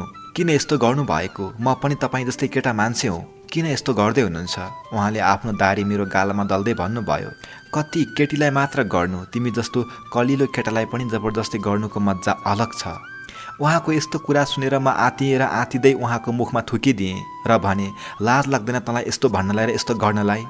म खाटमा पल्टिएको थिएँ अनि मेरो दुवै हातहरू उहाँले समाउनु भएको थियो अनि आफ्नो दुवै खुट्टाले च्याप्नु भएको थियो मेरो कम्मरलाई, जसले गर्दा म हलचल पनि गर्न सकिरहेको थिइनँ। मैले थुकेको थुकलाई पनि चाड्दै भन्नुभयो, अब त झन् मजा हुने भयो भन्दै उहाँले मेरो ओठमा ओठ जुदाएर टोक्न थाल्नुभयो। केटी बलात्कार भएको भन्ने त सुनेको थिएँ, तर आज आफू केटा भएर पनि केटाबाट नै बलात्कारको शिकार हुन परेको थियो। सुन्दा पनि अचम्म लाग्ने कुरा, उहाँको दारीहरूले मलाई धेरै घोज्दै थिए। सुर्ती खाएका ती थुतुन्नोले मलाई घोज्दा मलाई सहन अति नै गाह्रो भएको थियो। बिस्तारै उहाँले मेरो सर्ट खोलेर मेरो शरीरमा चुम्बन गर्न थाल्नुभयो। रवि अङ्कलको हरकत अब मैले रोक्न नसक्ने भइसकेको थिएँ। उहाँले मलाई अब आफूमाथि चढेर झन् बेस्सरी पेल्न थाल्नुभयो। उहाँको चोटसँगै बिस्तारै मेरा आँखाहरू मधुरो हुँदै गए। मेरो आँखाले बिस्तारै सबै धमिलो देख्न थालिसकेको थियो। मेरा हातहरू बिस्तारै चल्न छोडे अनि म एक्कासी निधाउन पुगेछु। पछि थाहा भयो उहाँले त मलाई पानीमा निदाउने औषधि खुवाइदिनु भएको रहेछ। बिउझँदा कोठामा म नाङ्गो शरीर लिएर घोप्टो परेर बसेको थिएँ। कोठामा अरू कोही पनि थिएन, बत्ती बलेका थिए अनि पङ्खाहरू पनि घुमिरहेका थिए। मेरो कपडाहरू खाटभरि छरिएका थिए। म बिस्तारै उठ्न खोजेँ, तर मलाई पनि तिमीलाई जस्तै भएको थियो खुसी। म उठ्न खोजेँ तर हिँड्न पनि सकिनँ। बल्ल बल्ल बिस्तारै उठेँ। उठ्न नसकेर मेरो आँखाबाट बर्र आँसु झर्न थाले। नारी बलात्कार हुन्छन् भनेको त सुनेको थिएँ, तर आज आफै बलात्कारको शिकार हुन पुगेँ। थाहा थिएन म माथि के हुँदै थियो। मेरो आँखाबाट बर्र आँसु झर्दै थिए। साइडमा राखिएको गीतको पन्ना हातमा लिएँ।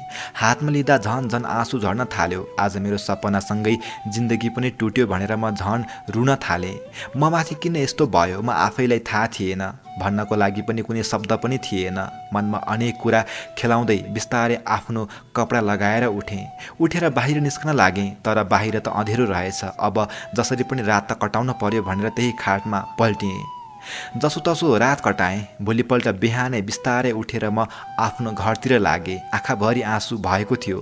हिँड्न पनि सकेको थिइनँ। बल्ल बल्ल घर पुगेँ अनि घरमा पुगेर आफ्नो कोठामा पसेर बेस्सरी रुन थालेँ।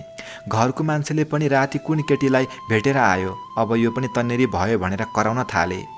आफ्नो पीडा म आफैसँग थियो, आखिर कुनै थिए र मलाई बुझ्ने। अनि रुँदै मेरो फेसबुकको साथी रञ्जन लाई सबै कुरा भन्न थालेँ। चिनेको त जम्मा 3 महिना भएको थियो, तर उसको एकदम धेरै विश्वास लाग्थ्यो मलाई। त्यसैले उसलाई सबै कुरा भने। उसलाई सुनाउँदा मेरो सबै पीडा झन् ताजा भएर आउँदै थियो। सायद उसले जति कसैले बुझेन मलाई। उसले भन्दै थियो, कानुनी रूपमा अगाडि बढौँ, म तिमीलाई सकेको सहयोग गर्छु। तर म आफैले नाइ भने, किनकि मलाई थाहा थियो म बलात्कार भएको खबर सुनेर मेरो परिवारले नै मलाई पागल भन्थे, किनकि केटाबाट नै केटा बलात्कार भएको सुन्दा कसैले पनि पत्याउँदैन थिए। त्यसैले मैले धेरै कोसिस गरेँ रञ्जनलाई सम्झाउन, तर सायद उसलाई मेरो पीडा महसुस भएर होला, मेरो कुरा सुन्न तयार थिएन हो। उसलाई जसरी पनि मैले न्याय पाउनु थियो, त्यसैले उसले अब जिद्दी गर्न थाल्यो, किनकि ऊ एउटा जिद्दी मान्छे नै हो। उसले बोलेपछि बोल्यो। मलाई धेरै गाह्रो भयो उसलाई सम्झाउनलाई। त्यसैले मैले उसलाई भने, यदि तिमीले म बलात्कार भएको खबर अरूलाई सुनायौ भने म मरिदिन्छु। त्यसपछि ऊ चुप लाग्यो। तर मेरो पीडा म आफैलाई थाहा थियो, कति गाह्रो थियो म आफैलाई थाहा थियो। त्यसपछि बिस्तारै म अतीत भुलेर सबै पीडालाई मनमा डुबाएर हाँस्ने कोसिस गर्न थालेँ।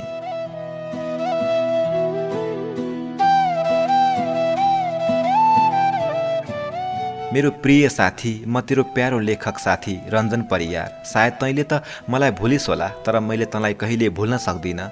तँ बलात्कार भएको दिन तँलाई मैले कति सम्झाएँ, न्यायको लागि लडौँ भनेर, तँ कहिले मानिनस्।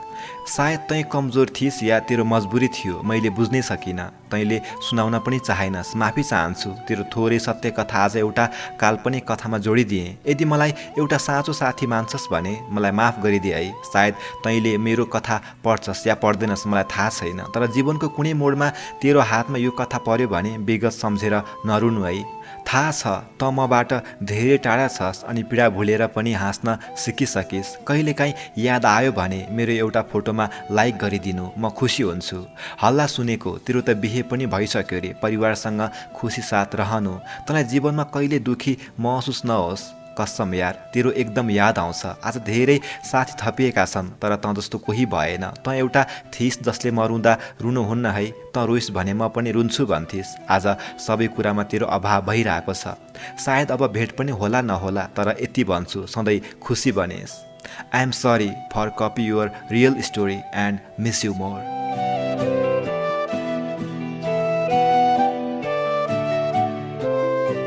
म राजा पात्र बन्द कोठामा आफ्नो कहानी सुनाउँदा सुनाउँदै म आफ्नै संसारमा हराएर आँखाभरि आँसु बनाउन पुगेछु। अनि खुसीले मेरो आँसु पुस्दै भनिन्, अनि यहाँ कसरी आइपुग्नु भयो त? मैले भने, मेरो साथी रञ्जनले मलाई धेरै नै सम्झायो, कानुनी रूपमा जाऊ भन्यो, तर म मानिनँ।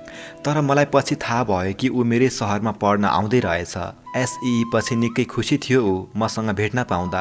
सधैँ फोन गरेर अब भेट हुन्छ है भन्दै मिठा मिठा कुरा गर्थ्यौँ। एकातिर उसको र मेरो मित्रता बढ्दै थियो त अर्कोतिर मलाई डर लाग्दै थियो, किनकि ऊ एउटा जिद्दी केटा थियो। उसले मेरो अतीतलाई सम्झायो भने त गाह्रो पो हुन्छ त भनेर मैले ऊबाट टाढा जाने बहाना गरेँ। अब मैले सधैँ उसँग छुट्टिने बहाना सोच्न थालेँ अनि कम बोल्न थालेँ, किनकि उसको सहायताले म कानुनसम्म पुग्ने मेरो हैसियत नै थिएन। त्यसैले मैले रञ्जनसँग कुरा गर्न छोड्ने निर्णय गरेँ अनि मेरो एसई सकियो। दाइसँगै बसेर केही काम गर्ने उद्देश्यले म काठमाडौँ आएको हुँ। जामले गर्दा ढिला भयो, त्यसैले दाइसम्म पुग्न सकिनँ, तर तिमीसम्म आइपुगे। मलाई थाहा थिएन मान्छेहरू पैसामा शरीर सार्छन् भनेर। अनि जाने हो 1000 भनेको सुन्दा मैले त होटलको मान्छे भन्ने सोचेको थिएँ, तर त्यस्तो होइन रहेछ। भाग्यमा जे छ त्यसलाई कहिल्यै मेट्न नसकिने रहेछ। हाम्रो भाग्यमा रुन लेखेको थियो, जति रुनु थियो रोयौँ। अब यस्तै भयो यो जुनी त, अर्को जुनी चाहिँ जन्मनै नहोस् भन्ने चाहन्छु म। तिमीमा भएको हिम्मत र आँट देखेर म साँच्चै एकदम धेरै खुसी छु। साँच्चै तिमी एउटा उदाहरणीय नारी हौ। तिमी जस्तो नारीलाई सम्मान गर्छ मेरो मनले, भन्दै म उसको हात समाएर म उसको काँधमा आड लगाएर बसिरहेँ। किन मलाई एकै रातमा खुसीसँग प्रेम भएको महसुस हुँदै थियो।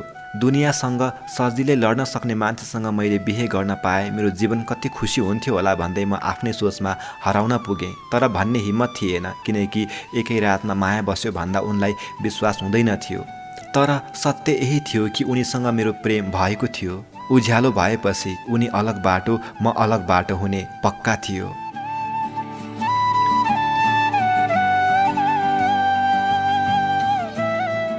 खुसीको हातमा समाएर मैले भने, खुसी तिमीलाई एउटा कुरा भन्नु थियो। खुसीले भनिन्, भन्नुस् न कस्तो कुरा हो।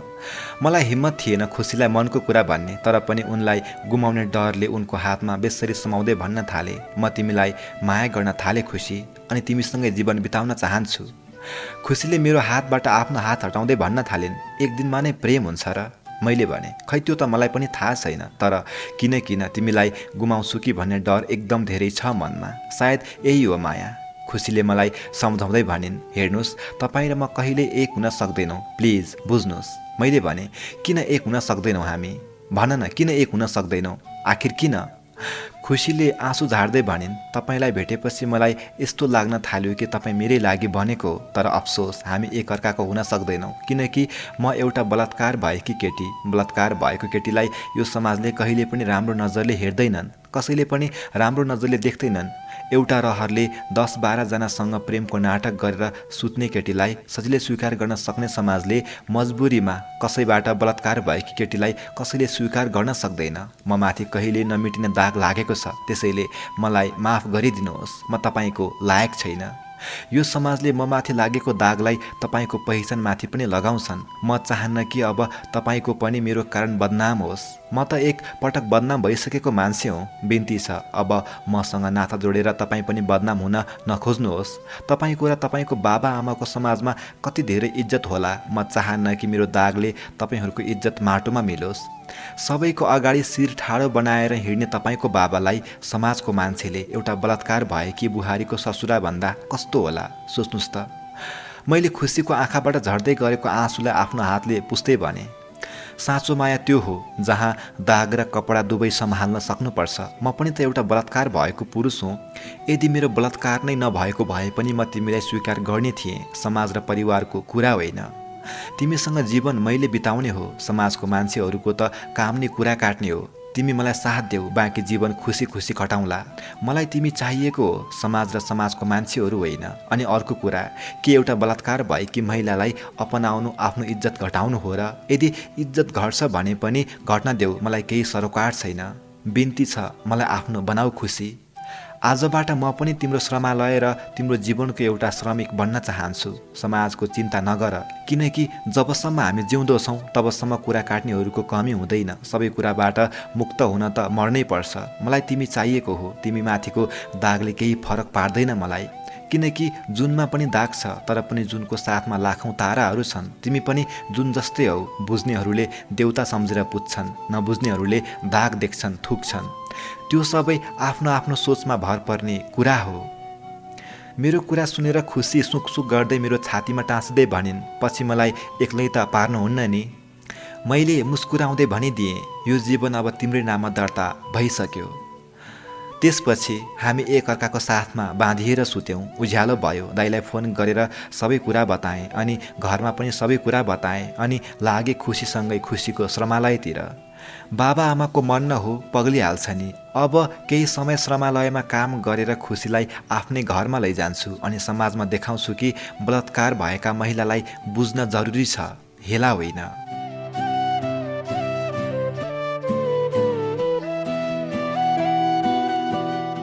प्रेम गर्नु ठुलो कुरा होइन, प्रेम गरेको मान्छेलाई बुझ्नु ठुलो कुरा हो।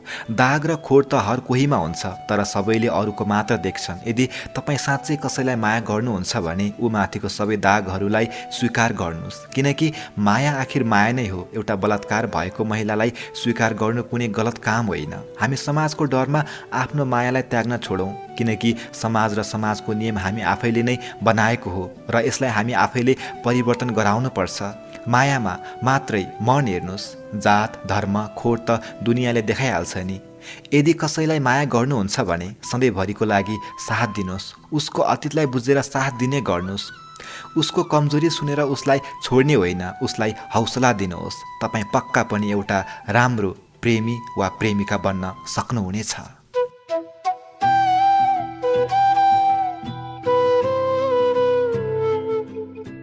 धादिङ जिल्ला निवासी लेखक रञ्जन परियारजीको कथा रहेको थियो रत्न पार्क। निकै नै मार्मिक कथा रहेको थियो। आज पनि नेपालमा दिनहुँ जसो बलात्कारका घटनाहरू घटिरहेका हुन्छन्। कति गुपचुपमा रहन्छन् त कति सार्वजनिक हुन्छन्।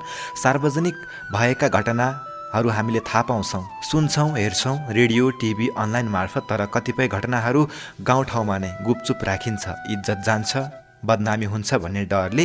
र त्यही घटनालाई आधारित बनाएर एउटा काल्पनिक तवरले लेखिएको कथा रहेको थियो रत्न पार्क, जसलाई रञ्जन परियारले लेख्नु भएको हो। र अन्तिममा जुन केटाको कुरा उल्लेख गरिएको थियो त्यो कथा चाहिँ सत्य हो भनेर पनि रञ्जन परियारजीले जानकारी गराउनु भएको छ। यहाँहरूलाई यो कथा कस्तो लाग्यो कुन्नी? हामीलाई जस्तो लाग्यो त्यस्तै कमेन्ट मार्फत प्रतिक्रिया दिन नभुल्नुहोला।